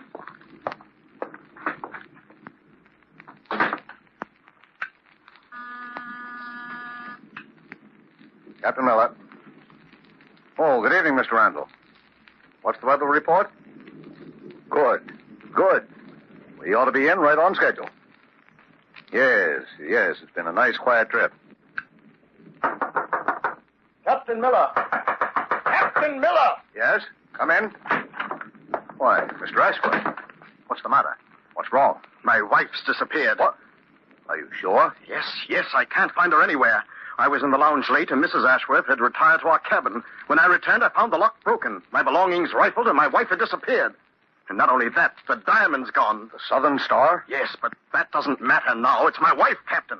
I've gone all around the deck, asked the stewards, everything. No one's seen her. I'm afraid there's been foul play. The diamond... Steady, Mr. Ashworth, steady. Easy does it. I'll issue an order to search the ship at once. And then we'll take a look at your cabin. Well, whoever forced an entrance into your cabin here, Mr. Ashworth, certainly left it in an awful mess. Tell me, where did you keep the diamond? In my wife's powder box. She kept it in a locked dresser case. It's gone. Well, what happened seems fairly simple. Someone aboard got wind that you were carrying the Southern Star, broke into your cabin, surprised your wife. Come in. We've searched the ship, Captain. We haven't found a trace of Mrs. Ashworth. You've made an exhaustive search, Mr. Dennis? Yes, sir. We've looked into every nook and cranny of this ship, sir. I'm afraid she's gone. Overboard. Emily. Then it's true. She's really gone. I'm sorry, Mr. Ashworth. I know you want to be alone. But first, there's something I must ask you. Can you give me the names of the people your wife met on this trip? The ones she kept company with? Yes. Yes, I think I can. There were at least 5 I knew about. Mr. Dennis. Yes, sir? Stand by and take down those names. I want to send a radiogram to the police in New York.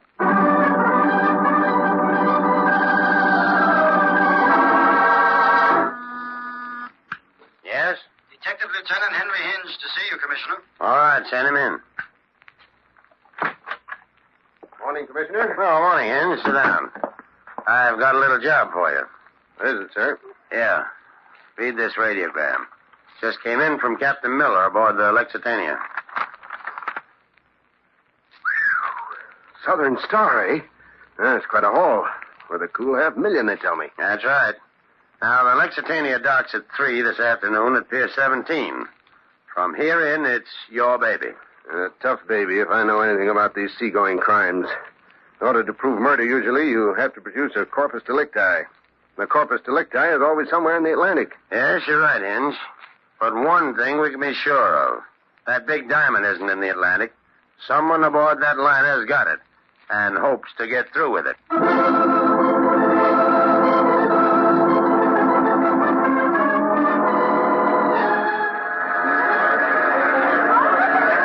Lieutenant Hinge, they're beginning to come off the Lexitania. Yeah. Everything settled, Hearn? Yes, sir. We've got a quarter of the men thrown around the boat. All right. Now, there were 5 names in that radiogram, Hearn. Be sure you get them all and find out where every person on that passenger list is staying. Right, sir. Oh, here comes Mr. Ashworth, Lieutenant. It must be him over there by the customs examiner. The reporters are ganging up on him.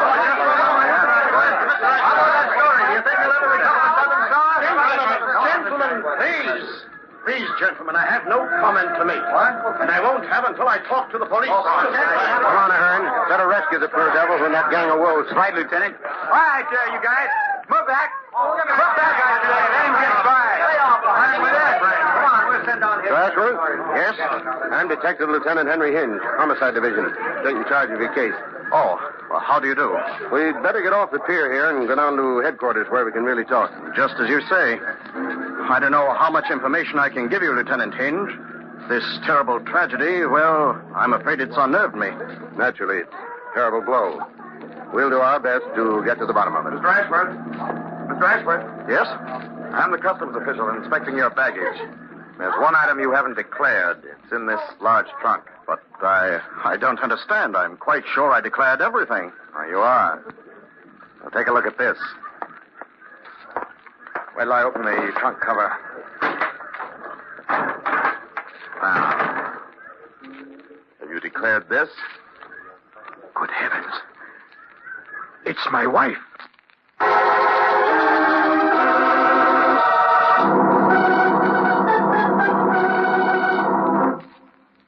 Well, Hinge, are you going to hold Ashworth for the murder of his wife? No, Commissioner. In fact, I've already released him. But the body of Mrs. Ashworth was found in his trunk. That's true, Chief. But it doesn't follow that Ashworth put the corpse in his trunk. In fact, he would be the last man to do so. How do you come to that conclusion? Well, Ashworth is an experienced traveler. He's crossed the Atlantic several times. He'd be sure to know that the customs inspectors would open his trunk for examination. Would it be logical for him to hide the body there when it would be certain to be discovered? Well, no, it wouldn't. Well, there's a second point, too. If Ashworth wanted to dispose of his wife, the easiest way would be to simply dump her overboard during the night. Then there would be no corpse to plague him. Yes, that's true. As I see it, someone's made an awkward attempt to throw a murder rap onto Ashworth. In fact, it's so amateurish, it's almost incredible. Who that someone is, I don't know as yet. There were 1,500 people aboard the Lexitania, and that's going to be quite a screening job. But there's one big break in this case I hadn't counted on. Yeah, what's that? The corpus delicti. It isn't at the bottom of the Atlantic this time, but right down at the morgue. I'm going down there soon and have a good look at it. I always like to see a corpse when there's been a murder. Something you can put your finger on. Yes? Commissioner, this is Sergeant O'Hearn. I hate to butt in like this, but I wondered if I could speak to Lieutenant Hinge for a minute. Yeah, it's for you, Hinge. It's Sergeant O'Hearn. Thanks. What is it, Ahern? Lieutenant, about those 5 suspects we picked up off of the boat. Mrs. Ashworth's friends. Yes? But they're raising the roof. They say you've got no right to hold them any longer. All right, Ahern. Get them together and bring them to my office. I'll interrogate them there, one by one.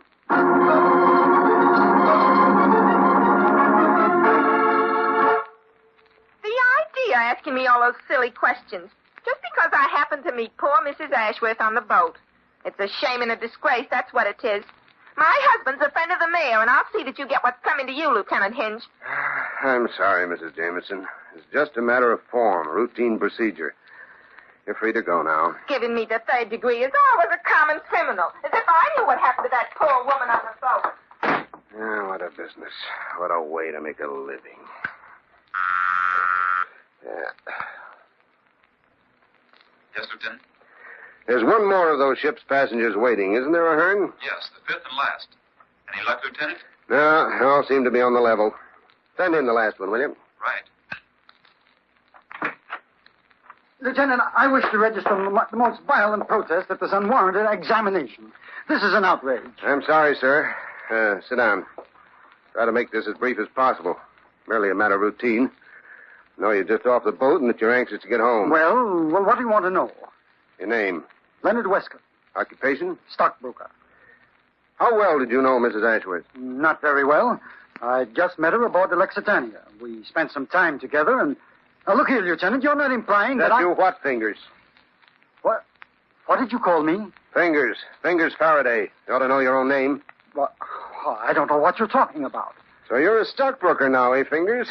Pretty dull occupation for one of the world's cleverest jewel thieves. I tell you, my name's Westcott. Don't waste my time, Fingers. I've got a long memory for faces. That scar on the thumb of your right hand hasn't changed a bit. Okay. So you know. What of it? I haven't done anything. Where's the Southern Star? I tell you, I didn't have a thing to do with it. I don't know where it is. Better talk now, Fingers. This isn't just a diamond theft. There's a murder rap that goes with this one. Look, Hinge, you've got to believe me. Sure, I knew about the Southern Star, but I never got a crack at it, honest. I don't know where it is or how Mrs. Ashworth got knocked off. The jury might not believe a man with your record, Fingers. Better talk now. I'm not saying anything. I don't know anything, and you can't prove anything, see? All right, we'll put you on ice for a little while. Maybe your memory will come back to you.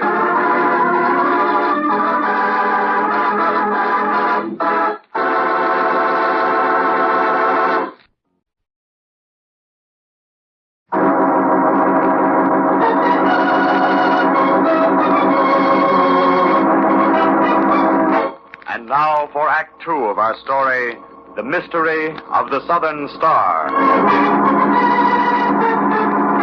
As you will recall, Frederick Ashworth and his wife had gone to South Africa to purchase the fabulous diamond called the Southern Star for the New York jewel importing firm of Dubois and Company. On board the liner Lexitania, on the return voyage to America, Ashworth's cabin was rifled, and both his wife and the diamond disappeared.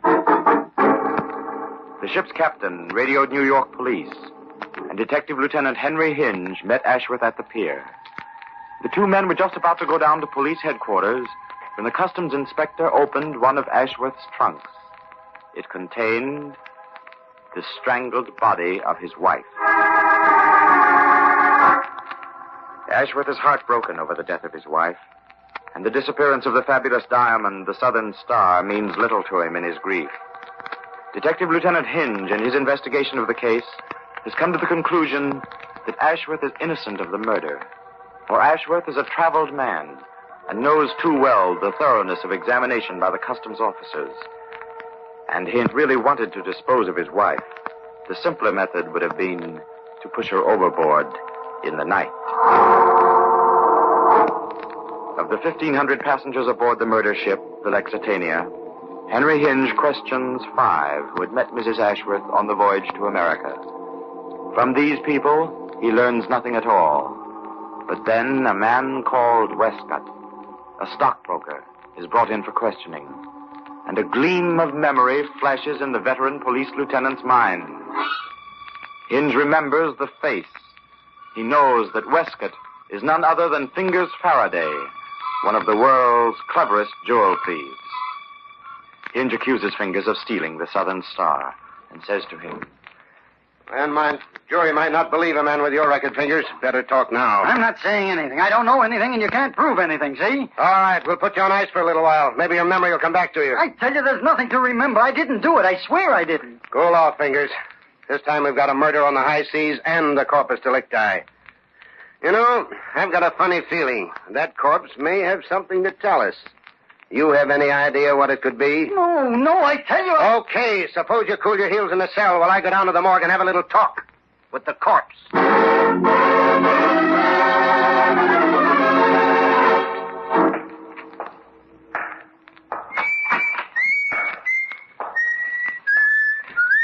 Albert, you sound pretty cheerful this morning. Hello, Lieutenant Hinge. You know me. Whistle while I work.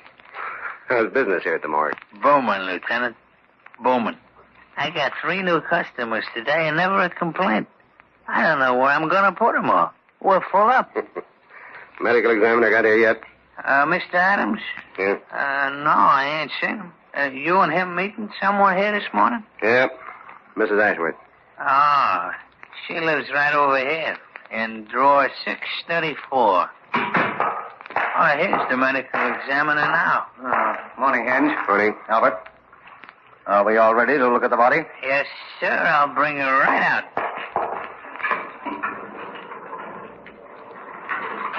There she is. Now, if you gentlemen will excuse me, I have a little work to do. Well, Adams? Strangled by person or persons unknown. Marks on the neck indicate someone with powerful hands did the trick. Victim put up a struggle. Note the bruises on the back and face. Yeah. My guess is that rigor mortis set in about... Wait a minute. That's strange. Very strange. What? The victim's mouth is shut tight. That's right. Strangled victim always dies with his mouth wide open, fighting for air. Precisely. It's quite clear that the killer forced Mrs. Ashworth's mouth shut after she was dead. Although for what reason, I haven't the faintest idea. I think I may have. Adams, when can you arrange an autopsy? I'm not sure it's necessary. Cause of death is obviously strangulation. However, I could make all the arrangements by tomorrow morning. Tomorrow morning, eh? That'll be fine. Come in. Why, it's Mr. Ashworth. Yes, Lieutenant Hinge. I'm sorry. The medical examiner and I were just looking over your wife's body. You shouldn't have come here, Mr. Ashworth. Well, I came to claim my wife's body for proper burial. I'm afraid we can't release her now, Mr. Ashworth. But why not? I'm her husband, her nearest living relative. Surely you don't think I wanted to stay in this cold and dismal place among all these other corpses? Lieutenant Hinge, I want my wife to have a decent burial now. It's sacrilege to keep her here. I'm sorry, Mr. Ashworth. Under any other circumstances, of course, you could claim the body.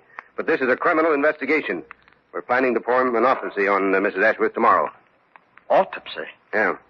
Yes, but what on earth will that prove? I'll know better when we finish it. Well, I'll not permit it. Do you hear? I'll not permit any such nonsense. I have my legal rights, and I'm going to exercise them. He seemed pretty upset. Yeah. Can't say I'd blame him, though, Adams. After all, the woman's his wife. You all through with my client, Lieutenant? Yes, Albert. All through. You can put her away now. Well, this is my last one. Number 634. Out pretty late, huh? All the rest of my children are sleeping for the night. Well, in you go now.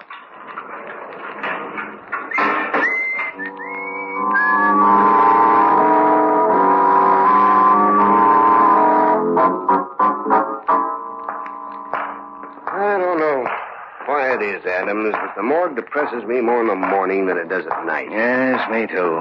I've been in here 1,000 times, and I can never get used to it. And by the way, Hinge, I see by this morning's paper that you've released Fingers Faraday. Yeah. We didn't really have anything on him, except the fact he was on the Lexitania.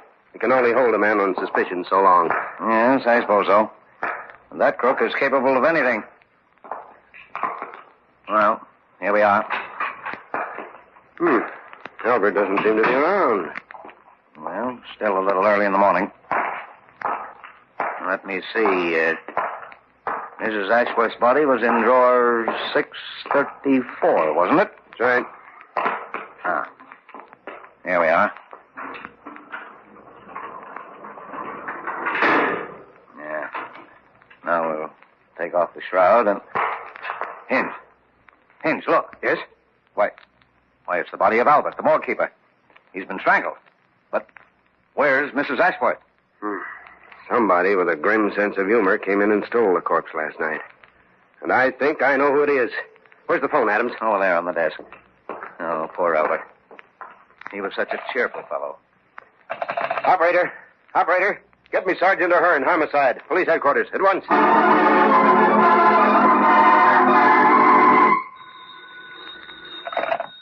Hinge talking. Oh. Now, look, I told you newspaper boys I'd break this case within 24 hours, and I will. That's a promise. Yes, I'll even tell you why anybody would want to steal a corpse. Now, be a nice fellow and leave me alone for a while, will you? I've got a lot to do. Lieutenant Hinge. Oh, it's you, Mr. Ashworth. The newspapers are full of this terrible episode down at the morgue. If you'd have turned over the body to me yesterday, this wouldn't have happened. It's disgraceful, sir. Disgraceful. I demand action. Where's my wife?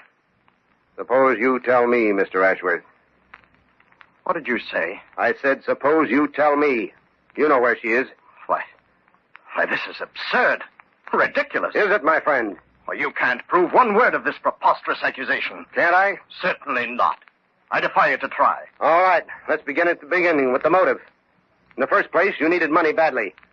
You lost heavily at gambling and also through bad business investments. Very heavily. How did you know that? Investigated. Routine here at the department. All right, let's go on. Your wife was heavily insured, and you had the Southern Star aboard the Lexitania. They both added up to money. So you strangled your wife, forced the gem down her throat, and closed her mouth so it wouldn't be detected. Then you stuffed her in your trunk, messed up the cabin, and reported to the captain. Am I right? You're talking nonsense. I'm talking logic. The trick was clever. Point number one, it diverted the attention of the police, including myself, from you as the killer, just as you figured. Naturally, a man in his right mind wouldn't use the trunk to hide the corpse, knowing that customs would surely open it. Go on, Lieutenant Hinge. I find this very funny. I don't think you will later. But to get back, hiding the Southern Star in your wife's throat was a clever way to get it by the customs officer. An almost foolproof way, and it worked. You reasoned that all you had to do was claim your wife's body for burial, take it home, and recover the diamond. When you were balked in this, you entered the morgue, killed Albert, left him in the drawer, and took the body of Mrs. Ashworth away. Very pretty. Very pretty and rather macabre. But you can't prove it. Oh, yes, I can. There's one little detail.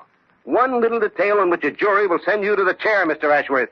And what's that? You were the only outsider who knew in which morgue drawer your wife's body was located. Drawer 634. It would have taken you hours to find it otherwise. You saw the number when you came in to claim the body, and you went straight to it when you returned. No, it could have been someone else, I tell you. That's not enough. You'll never convict me on that. Hinge speaking. Lieutenant, we found the body. It was buried in the cellar of the Ashworth place here. Good work, O'Hearn. What about the diamond? We got that, too. Found it in a bureau drawer upstairs. Well, that's that. What about Ashworth himself, Lieutenant? We haven't located him. Oh, that's all right, O'Hearn. Don't worry about him. He just came down to headquarters here to give himself up.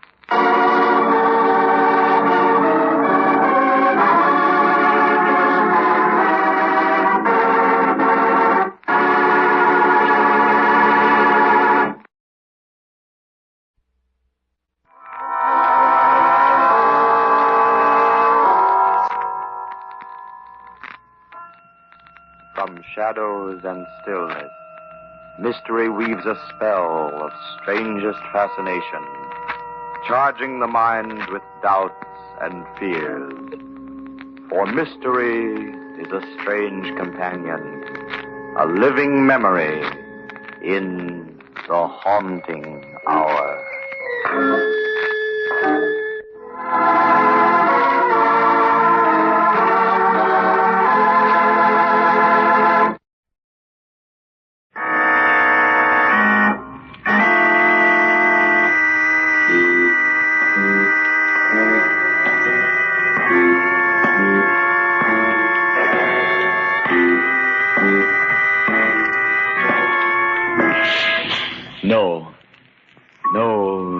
where you are. Do not break the stillness of this moment, for this is a time of mystery, a time when imagination is free and moves forward swiftly, silently. This is The Haunting Hour.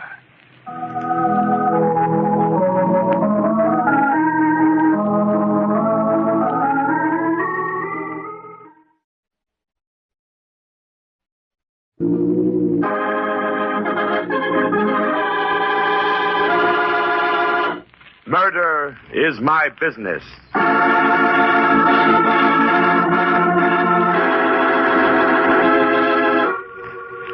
Tomorrow is a word full of mystery, for not even the wisest seer can tell you what tomorrow brings.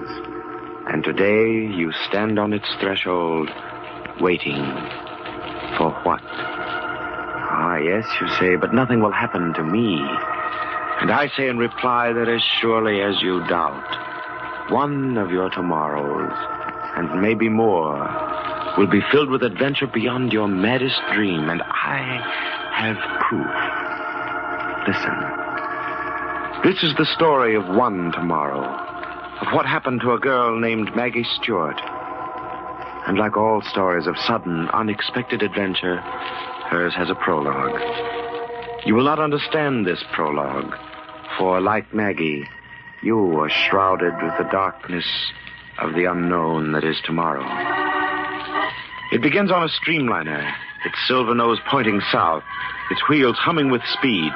And in the prologue are two people, identities unknown, a man and a woman. The man sits stiffly on seat 7 in car 13. He is silent, on his face an expression of impatience.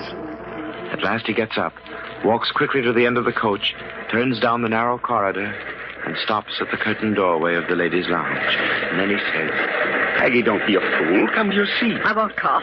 I won't. We've got to get off this train at the next stop. I tell you, I can't go on. That imagination of yours is driving me crazy. For heaven's sake, stop thinking about it. Come to your seat. I won't.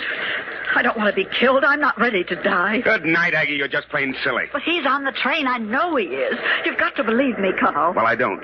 You've seen him dozens of times before. Or thought you did. He got on this train when we did in New York. You're scaring yourself into a fit. Now stop it. Somebody's going to notice. I don't care. I'm getting off this train, do you hear? I'm not going to stay here and be murdered. All right. The next station. Anything to stop all this foolishness. We can take another train. We can watch and see if he gets off, too. And if he does, we... What is the next station? Little town. Roslyn, I think. Then it's settled. Are you coming to your seat? No. Well, I'm going to take a nap. You'd better wake me when we get there. I paid for that bloomin' seat, and I'm going to sit in it. Two people on a train, and their companion is death. But what has all this to do with Maggie Stewart? Give patience to your ear. Listen. The streamliner comes to a stop. The station is marked Roslyn. It is strangely empty. A girl comes running up the platform stairs, a small suitcase in one hand, a white silk scarf in the other, and a large black purse under her arm. She looks hastily down the line of coaches. A single porter is leaning out from the steps of a car just ahead. No one is getting off the streamliner. The girl catches her breath. This way, miss. All aboard. Train to Greenville? Sure is, miss. Oh, I made it. She climbs the steps of car 13. The porter reaches for her suitcase, but she darts it onto the platform, peers through the door window. The coast is clear. So far, so good. She pushes hard on the stubborn door, makes a few cautious steps in the narrow corridor, and quickly goes through a curtained doorway into the washroom. She has escaped the porter, but still she is not alone. A woman stands against the wall, her face strained with fright. Was that town, Roslyn? Yes, it was. Oh, I'm out of breath. I nearly didn't make it. What's the next stop? I think Pell City, but maybe this train doesn't stop there. I'm not sure. Oh, me, I ran all the way. You came in so suddenly, you frightened me. Oh, did I? I'm sorry. Ring the porter's bell there, and he'll come for your bag. Oh, no, I'll just slip it in here against the wall. I'm not going very far. Oh, that's a gun. Oh, don't think I'm a criminal or something. I had it wrapped in this scarf here so nobody would see it until I could put it away, and now What would a young lady like you be doing with a revolver? Well, now, that's exactly what I told Aunt Margaret people would say. Oh, here, I'll put it in my pocketbook. Aunt Margaret's so old-fashioned. Imagine. She came flying down to the station just to give me that revolver. Why? Oh, I don't know. Uncle Jim used to make her carry it. He was on the road so much, so Aunt Margaret, well, she's very fond of me, and I took it just to please her. Is something the matter? You look... Oh, no, I'm all right, thank you. It's the train, the motion. Oh, maybe a cup of water. Oh, no, it's nothing. Don't think about it. You said you weren't going far. How far? Just 4 hours from here. To spend a whole week on a farm a few miles outside of Greenville. A girlfriend of mine has it. Oh, vacation? Mm-hmm. Oh, it's all so unexpected. That's why I nearly missed the train. Maybe... Why don't you sit down here? Maybe you'll feel better sitting down. Oh, I'm quite all right now. I'd rather stand. Oh. Well, I work in the Roslyn Library. I didn't start there till last March, so I'm not really entitled to a vacation this year. But with the holidays coming like they do, Mrs. Hart said I might have the time off. Is this a vacation for you, too? You might call it that. Guess you're used to riding trains. Oh, has the conductor been by to take the tickets? I don't know. I can't really remember. Oh, I really am in a fix. At the last minute, I couldn't get a reservation. Only a ticket for the coach train tonight. You mean you don't have a seat? Wait, listen. What is it? Well, there's a man on this train that I've been avoiding. Would you look out in the corridor for me? I think I heard him. Just see if there's a man out there. All right. Is he somebody you know? Not a soul there. Well, to tell you the truth, he frightens me a little. But it's nothing. So you don't have a reservation? No, do you think they'll put me off? Oh, Aunt Margaret said they were sure to, but I do have a ticket. I don't know. I hear they're very strict. Well, I thought because I'm not going very far that I could just stay in here. Well, there's no need for you to do that. Take my seat for a little while. Oh, no, I couldn't do that. Oh, I insist. I'd be happy for you to have it. In a way, you'd be doing me a favor, and I really can't sit there, the motion of the car. I'd be much better off in here lying down. Oh, but I don't think it's right for me to deprive you. But you're not depriving me. And this trip means more to you anyway. I would hate to be kicked off. Then you run along. Number 7 on the right. There's a middle-aged man on the opposite seat. He's probably sound asleep snoring. Well, you're sure now that I'm not... Well, I suppose I could wait till we're nearly to Greenville and then give the conductor my ticket and explain Of course. And then if it puts you off, it'll be all right. You'll be where you're going. You run along now. Well, I will then. Thank you so much. Oh, I suppose my suitcase will be all right here. I'll watch it for you. Oh, here, don't forget your purse. And Aunt Margaret's ominous revolver. Thank you so much. Goodbye for now. I'll see you later on. And I do hope you're better. Number 7? That's right, where the man is asleep.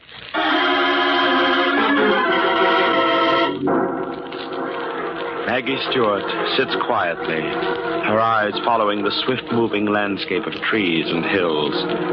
Directly in front of her is a sleeping man, but he is silent now, his head tilted back on the seat. There's something about him, something eerie.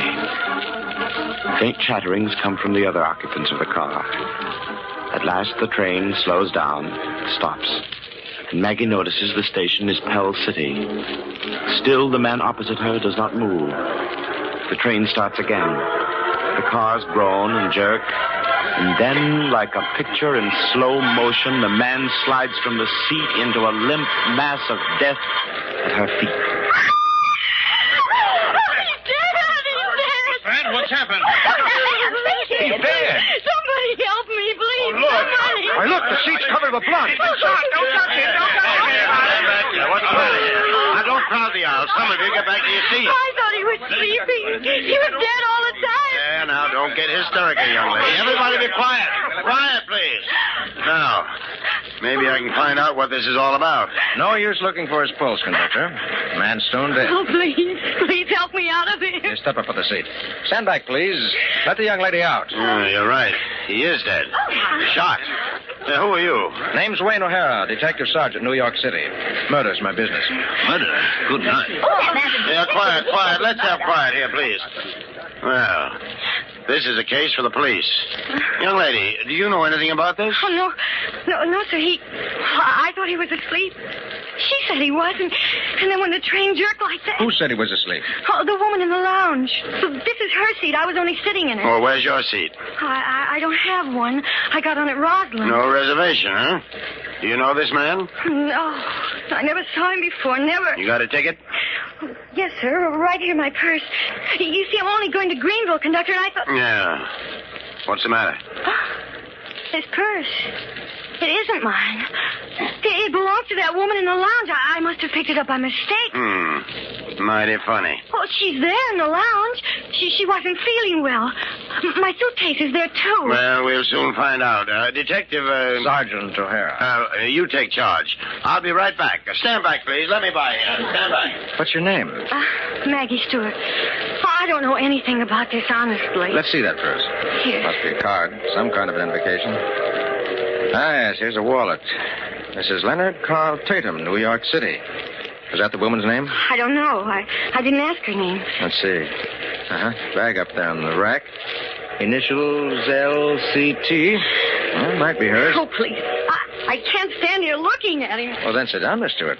Over here. Oh, please, lady, don't block the aisle. Oh, that poor girl. She's white as a sheet. I have some smelling salts in my bag up there. Oh, no, I'll be all right, thank you. There's nobody in the ladies' lounge. Nobody at all. Oh, but she must be. Would you know her if you saw her again? Oh, yes, of course I would. No suitcase in the lounge either. Nothing. Then where is it? I left it there, right there. Oh, you just didn't see it. Well, here's the dead man's wallet, conductor. It was Leonard Carl Tatum, also of New York. His purse belongs to his wife. Well, then she's the woman I talked with, don't you see? You've got to find her. She's on this train somewhere. There now, young lady. Take it easy. Oh, look. Look, there under the seat, the one I was sitting in. Well. Don't touch it, conductor. It might be fingerprints. Here, let me. I'll use this handkerchief. The murder weapon. A six-shooter. Equipped with a silencer. Well, don't look at me like that. I don't know how it got there. I never saw it before. Oh, please search the train. Yes, I suggest you do, conductor, before the next stop. Oh, she killed him. I know she did. That's why she said he was sleeping. She wants you to think I did. No. That's for the police to decide. But it's so true. It's so clear now. There's no use searching for her. Why do you say that? Because now I understand what happened. She switched pocketbooks with me. She insisted I take her seat. And then when the train stopped at Pell City, she took my suitcase and got off. She planned it all so I'd be accused of murder.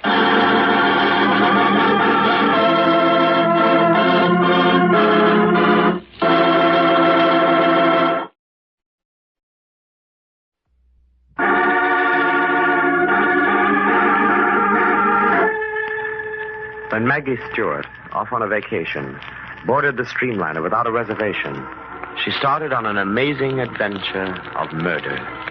In the ladies' lounge, Maggie met an older woman who offered her reservation. And sitting there, Maggie was horrified when the man on the seat opposite, whom she had thought asleep, fell in a heap on the floor, dead. When the conductor arrived, and with him a man who identified himself as Sergeant Wayne O'Hara of the New York Police, Maggie discovered she was carrying the pocketbook belonging to the woman, a Mrs. Tatum, who had disappeared from the lounge, taking Maggie's suitcase with her. Then she realized it was planned. Planned so that she, Maggie Stewart, would be accused of murder. It is a few minutes later, when the conductor, Sergeant O'Hara, and Maggie have gone the length of the train in search of the mysterious Mrs. Tatum, wife of the dead man. Well, that does it. If she's not here in the club car, she's certainly not on this train. I knew it was no use, conductor. I tell you, she got off at Pell City. I know she did. I think Miss Stewart's right, conductor. Well, then I'll have to turn everything over to the police in Greenville as soon as we get there. 45 minutes from now. And they'll arrest me. What'll I do? No. Might be the whole thing will clear itself up. Sergeant O'Hara, since you're a representative of the law, you mind taking over the custody of this young lady till we get to Greenville? Glad to, conductor. And that lethal weapon, you better hold on to that, too. All right, conductor. I guess I better go then and get my passenger settled down. Mr. O'Hara, what am I going to do? Now, just sit down in this chair. Relax. And don't worry. But what'll they do to me? Oh, it's my scarf. It's caught on something you're typing, I think. Well, that's a novel way of handcuffing a young lady, isn't it? There. Now you're free again. And just sit down. Take it easy. But I don't I mean, What's the matter? Mr. O'Hara. That is your name, isn't it? Detective Sergeant Wayne O'Hara, New York. You don't think I killed the man, do you? Frankly, no. We could only find her. It's awful when your hands are tied like this, when you can't... Oh, but you can, Miss Stewart. Can what? You can at least look for her yourself. Oh, but we have. We look No. I mean back in Pell City where she got off. Oh. Why not? Find her. Prove your innocence. You wait till the Greenville police get going, it might be too late. I haven't got cuffs on you. You'd go back with me? Back to Pell City? You say the word. Yes, but how'd we get off the train? Oh, that wouldn't be hard. Look out the window. We're in the mountains. On the upgrades, we'll slow down. Oh. But it's only a suggestion. Always been a man of action myself. Murder's my business, and I like to see these things, too. And now I'm afraid murder's my business. All right, Sergeant O'Hara, let's go.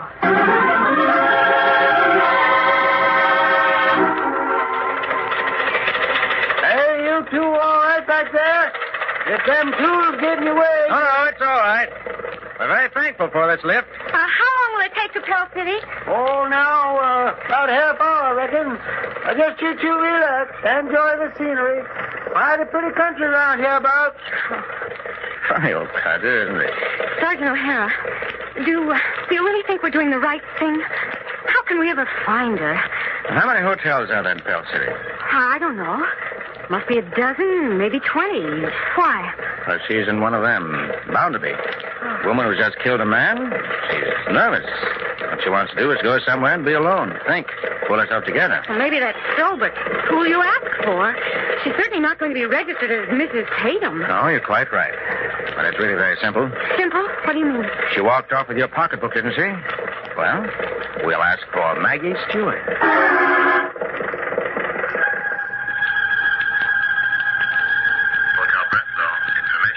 Miss Maggie Stewart, please. Stewart. Stewart. Maggie Stewart. Hello? Let me speak to Miss Stewart, please. Stewart? We have several Stewarts. Her first name is Maggie. Maybe she's registered as Margaret. No Margaret Stewart, but we do have a Miss Maggie Stewart, room 520. I'll ring her. Oh, no. No, don't ring her. I'll drop by to see her. Thank you. You're welcome, madam. Oh, dear, what'll I do now? Oh, Maggie Stewart, have you lost your nerve?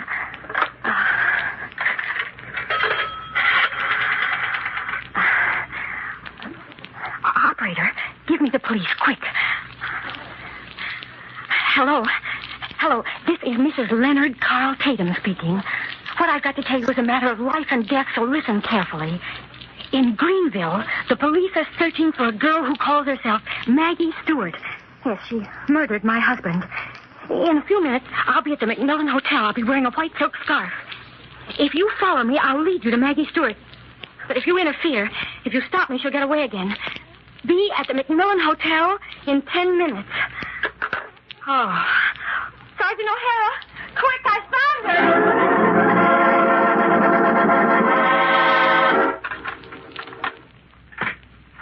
After all, mister, I'm just a bellboy around here. I ain't supposed to let anybody in these rooms. Sergeant O'Hara, look. My suitcase on the bed. And it is the woman from the train. Yes, but where is she? Gone. Went out about 2 hours ago. You know where?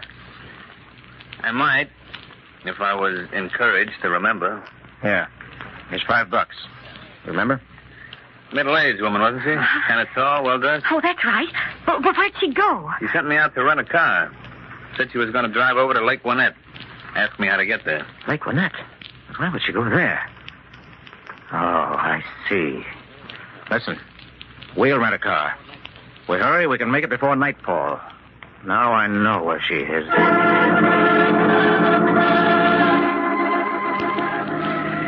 But I don't understand, Sergeant O'Hara. Please tell me what this is all about. Only a matter of deduction, Miss Stewart. I happen to know this lake. There's only one house on it. So Mrs. Tatum must be there. But how could you know? I'm frightened. Well, you're stopping. Mm-hmm. We'll walk up. We'll surprise her. Then let me stay here in the car. I'll wait for you. No. We've gone this far together. You've got to come. Sergeant O'Hara, wait. What is it, Miss Stewart? I know you're not a detective. Of course. I thought you did. Ever since we started for this place. Tell me, how'd you find out? When did I give myself away? In the train. My scarf caught on your tie-pin. It's initialed. The letters don't stand for Wayne O'Hara. Ah, you're clever. I'm a fool. Forgot to take it off. All right, come on. We're wasting time. There's going to be another murder. Oh, please let me go. There's no one here. The house is dark. There's a car in the drive, under the trees. Come along. Here's the side door. You have a key to this place. Who are you? Who? In a moment, we'll be inside. Keep quiet. Don't talk. Stand behind me. Still got this gun in my pocket. Gun for the train. Come on. Follow me. Stand where you are if you move out. Steve. Oh. I can see you both in the open doorway. Close it.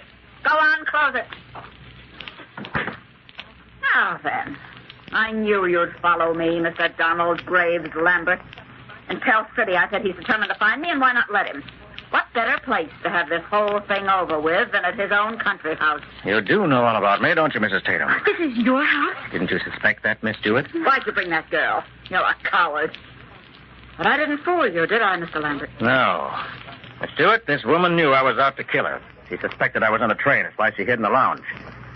But how did you know your husband was dead, Mrs. Tatum? I saw him. Round the corner of the corridor when I mustered up enough nerve to step outside the lounge for a moment. And there was something about him. Oh, please let me go. You'll never leave this house alive, Miss Stewart. In a moment, I'll turn on the lights for Mr. Lambert's benefit. It would be a shame for him to die without seeing the woman who killed him. She's right, Miss Stewart. I knew her husband, but I haven't the faintest notion what Mrs. Tatum looks like. She counted on that when she gave you her seat. She thought I'd kill you. And then from the pocketbook, you'd be identified as Mrs. Tatum. Oh, please, I beg of you. I know nothing of all this. I'll never say a word if you only... Miss Stewart, you're forgetting. You're wanted for murder. She kills me, she'll kill you to cover up. Because killing you, Mr. Lambert, is the only way to avenge my husband's brutal death. Brutal? For him, no death could be brutal enough. You and he, Mrs. Tatum, killed my wife. As surely as you're standing there, you murdered her. You're crazy. You drained her of one fortune with your lecherous, blackmailing schemes. And when her money was gone, when you threatened to expose her little misunderstanding to me, she took the shortest road she knew. How much she loved me. This woman you killed. And before she died, she told me about you and your husband. And it's taken me a year to find you. 12 months of searching for this night. You know more than I thought you knew, Mr. Lambert. Now look at me. Take one good last look. And Margaret's revolver. Yes, it was in your purse. Remember, Miss Stewart? Yes, and I remember something else. Mr. Lambert. Mr. Lambert. Keep your hands up. Don't move. Aunt Margaret's revolver, and all its life, it never had a bullet in it. That's not true. That's not true. Yes, Mrs. Tatum, it is true. But this gun now. This gun that killed your husband. This gun has only one bullet missing. You better put up your hands. Oh, Mr. Lambert, don't. It's no use. I didn't tell you, but I called the police. Okay. Pick him up. We heard everything you said. It's better than any confession I ever came across. All right, keep him up there, Mrs. Tatum. Well, Miss Stewart, cleverer than I thought. Double-crossed me, huh? I thought you were trying to help, but you weren't. You were only using me to kill Mrs. Tatum. Officer, this man is a murderer. Yes, officers, you're quite right. You've got a score to even with her, too. I gotta warn you. Anything you yes, say... Yes, we know. But listen, this young lady here was wrongly accused. She had nothing to do with any of it. We heard all that from outside. All right, come on. We're going to take you two in. Then I can go, officer? Sure, after a few questions. We got you to thank for everything. Well, what else could I do? I was accused of murder, so murder was my business.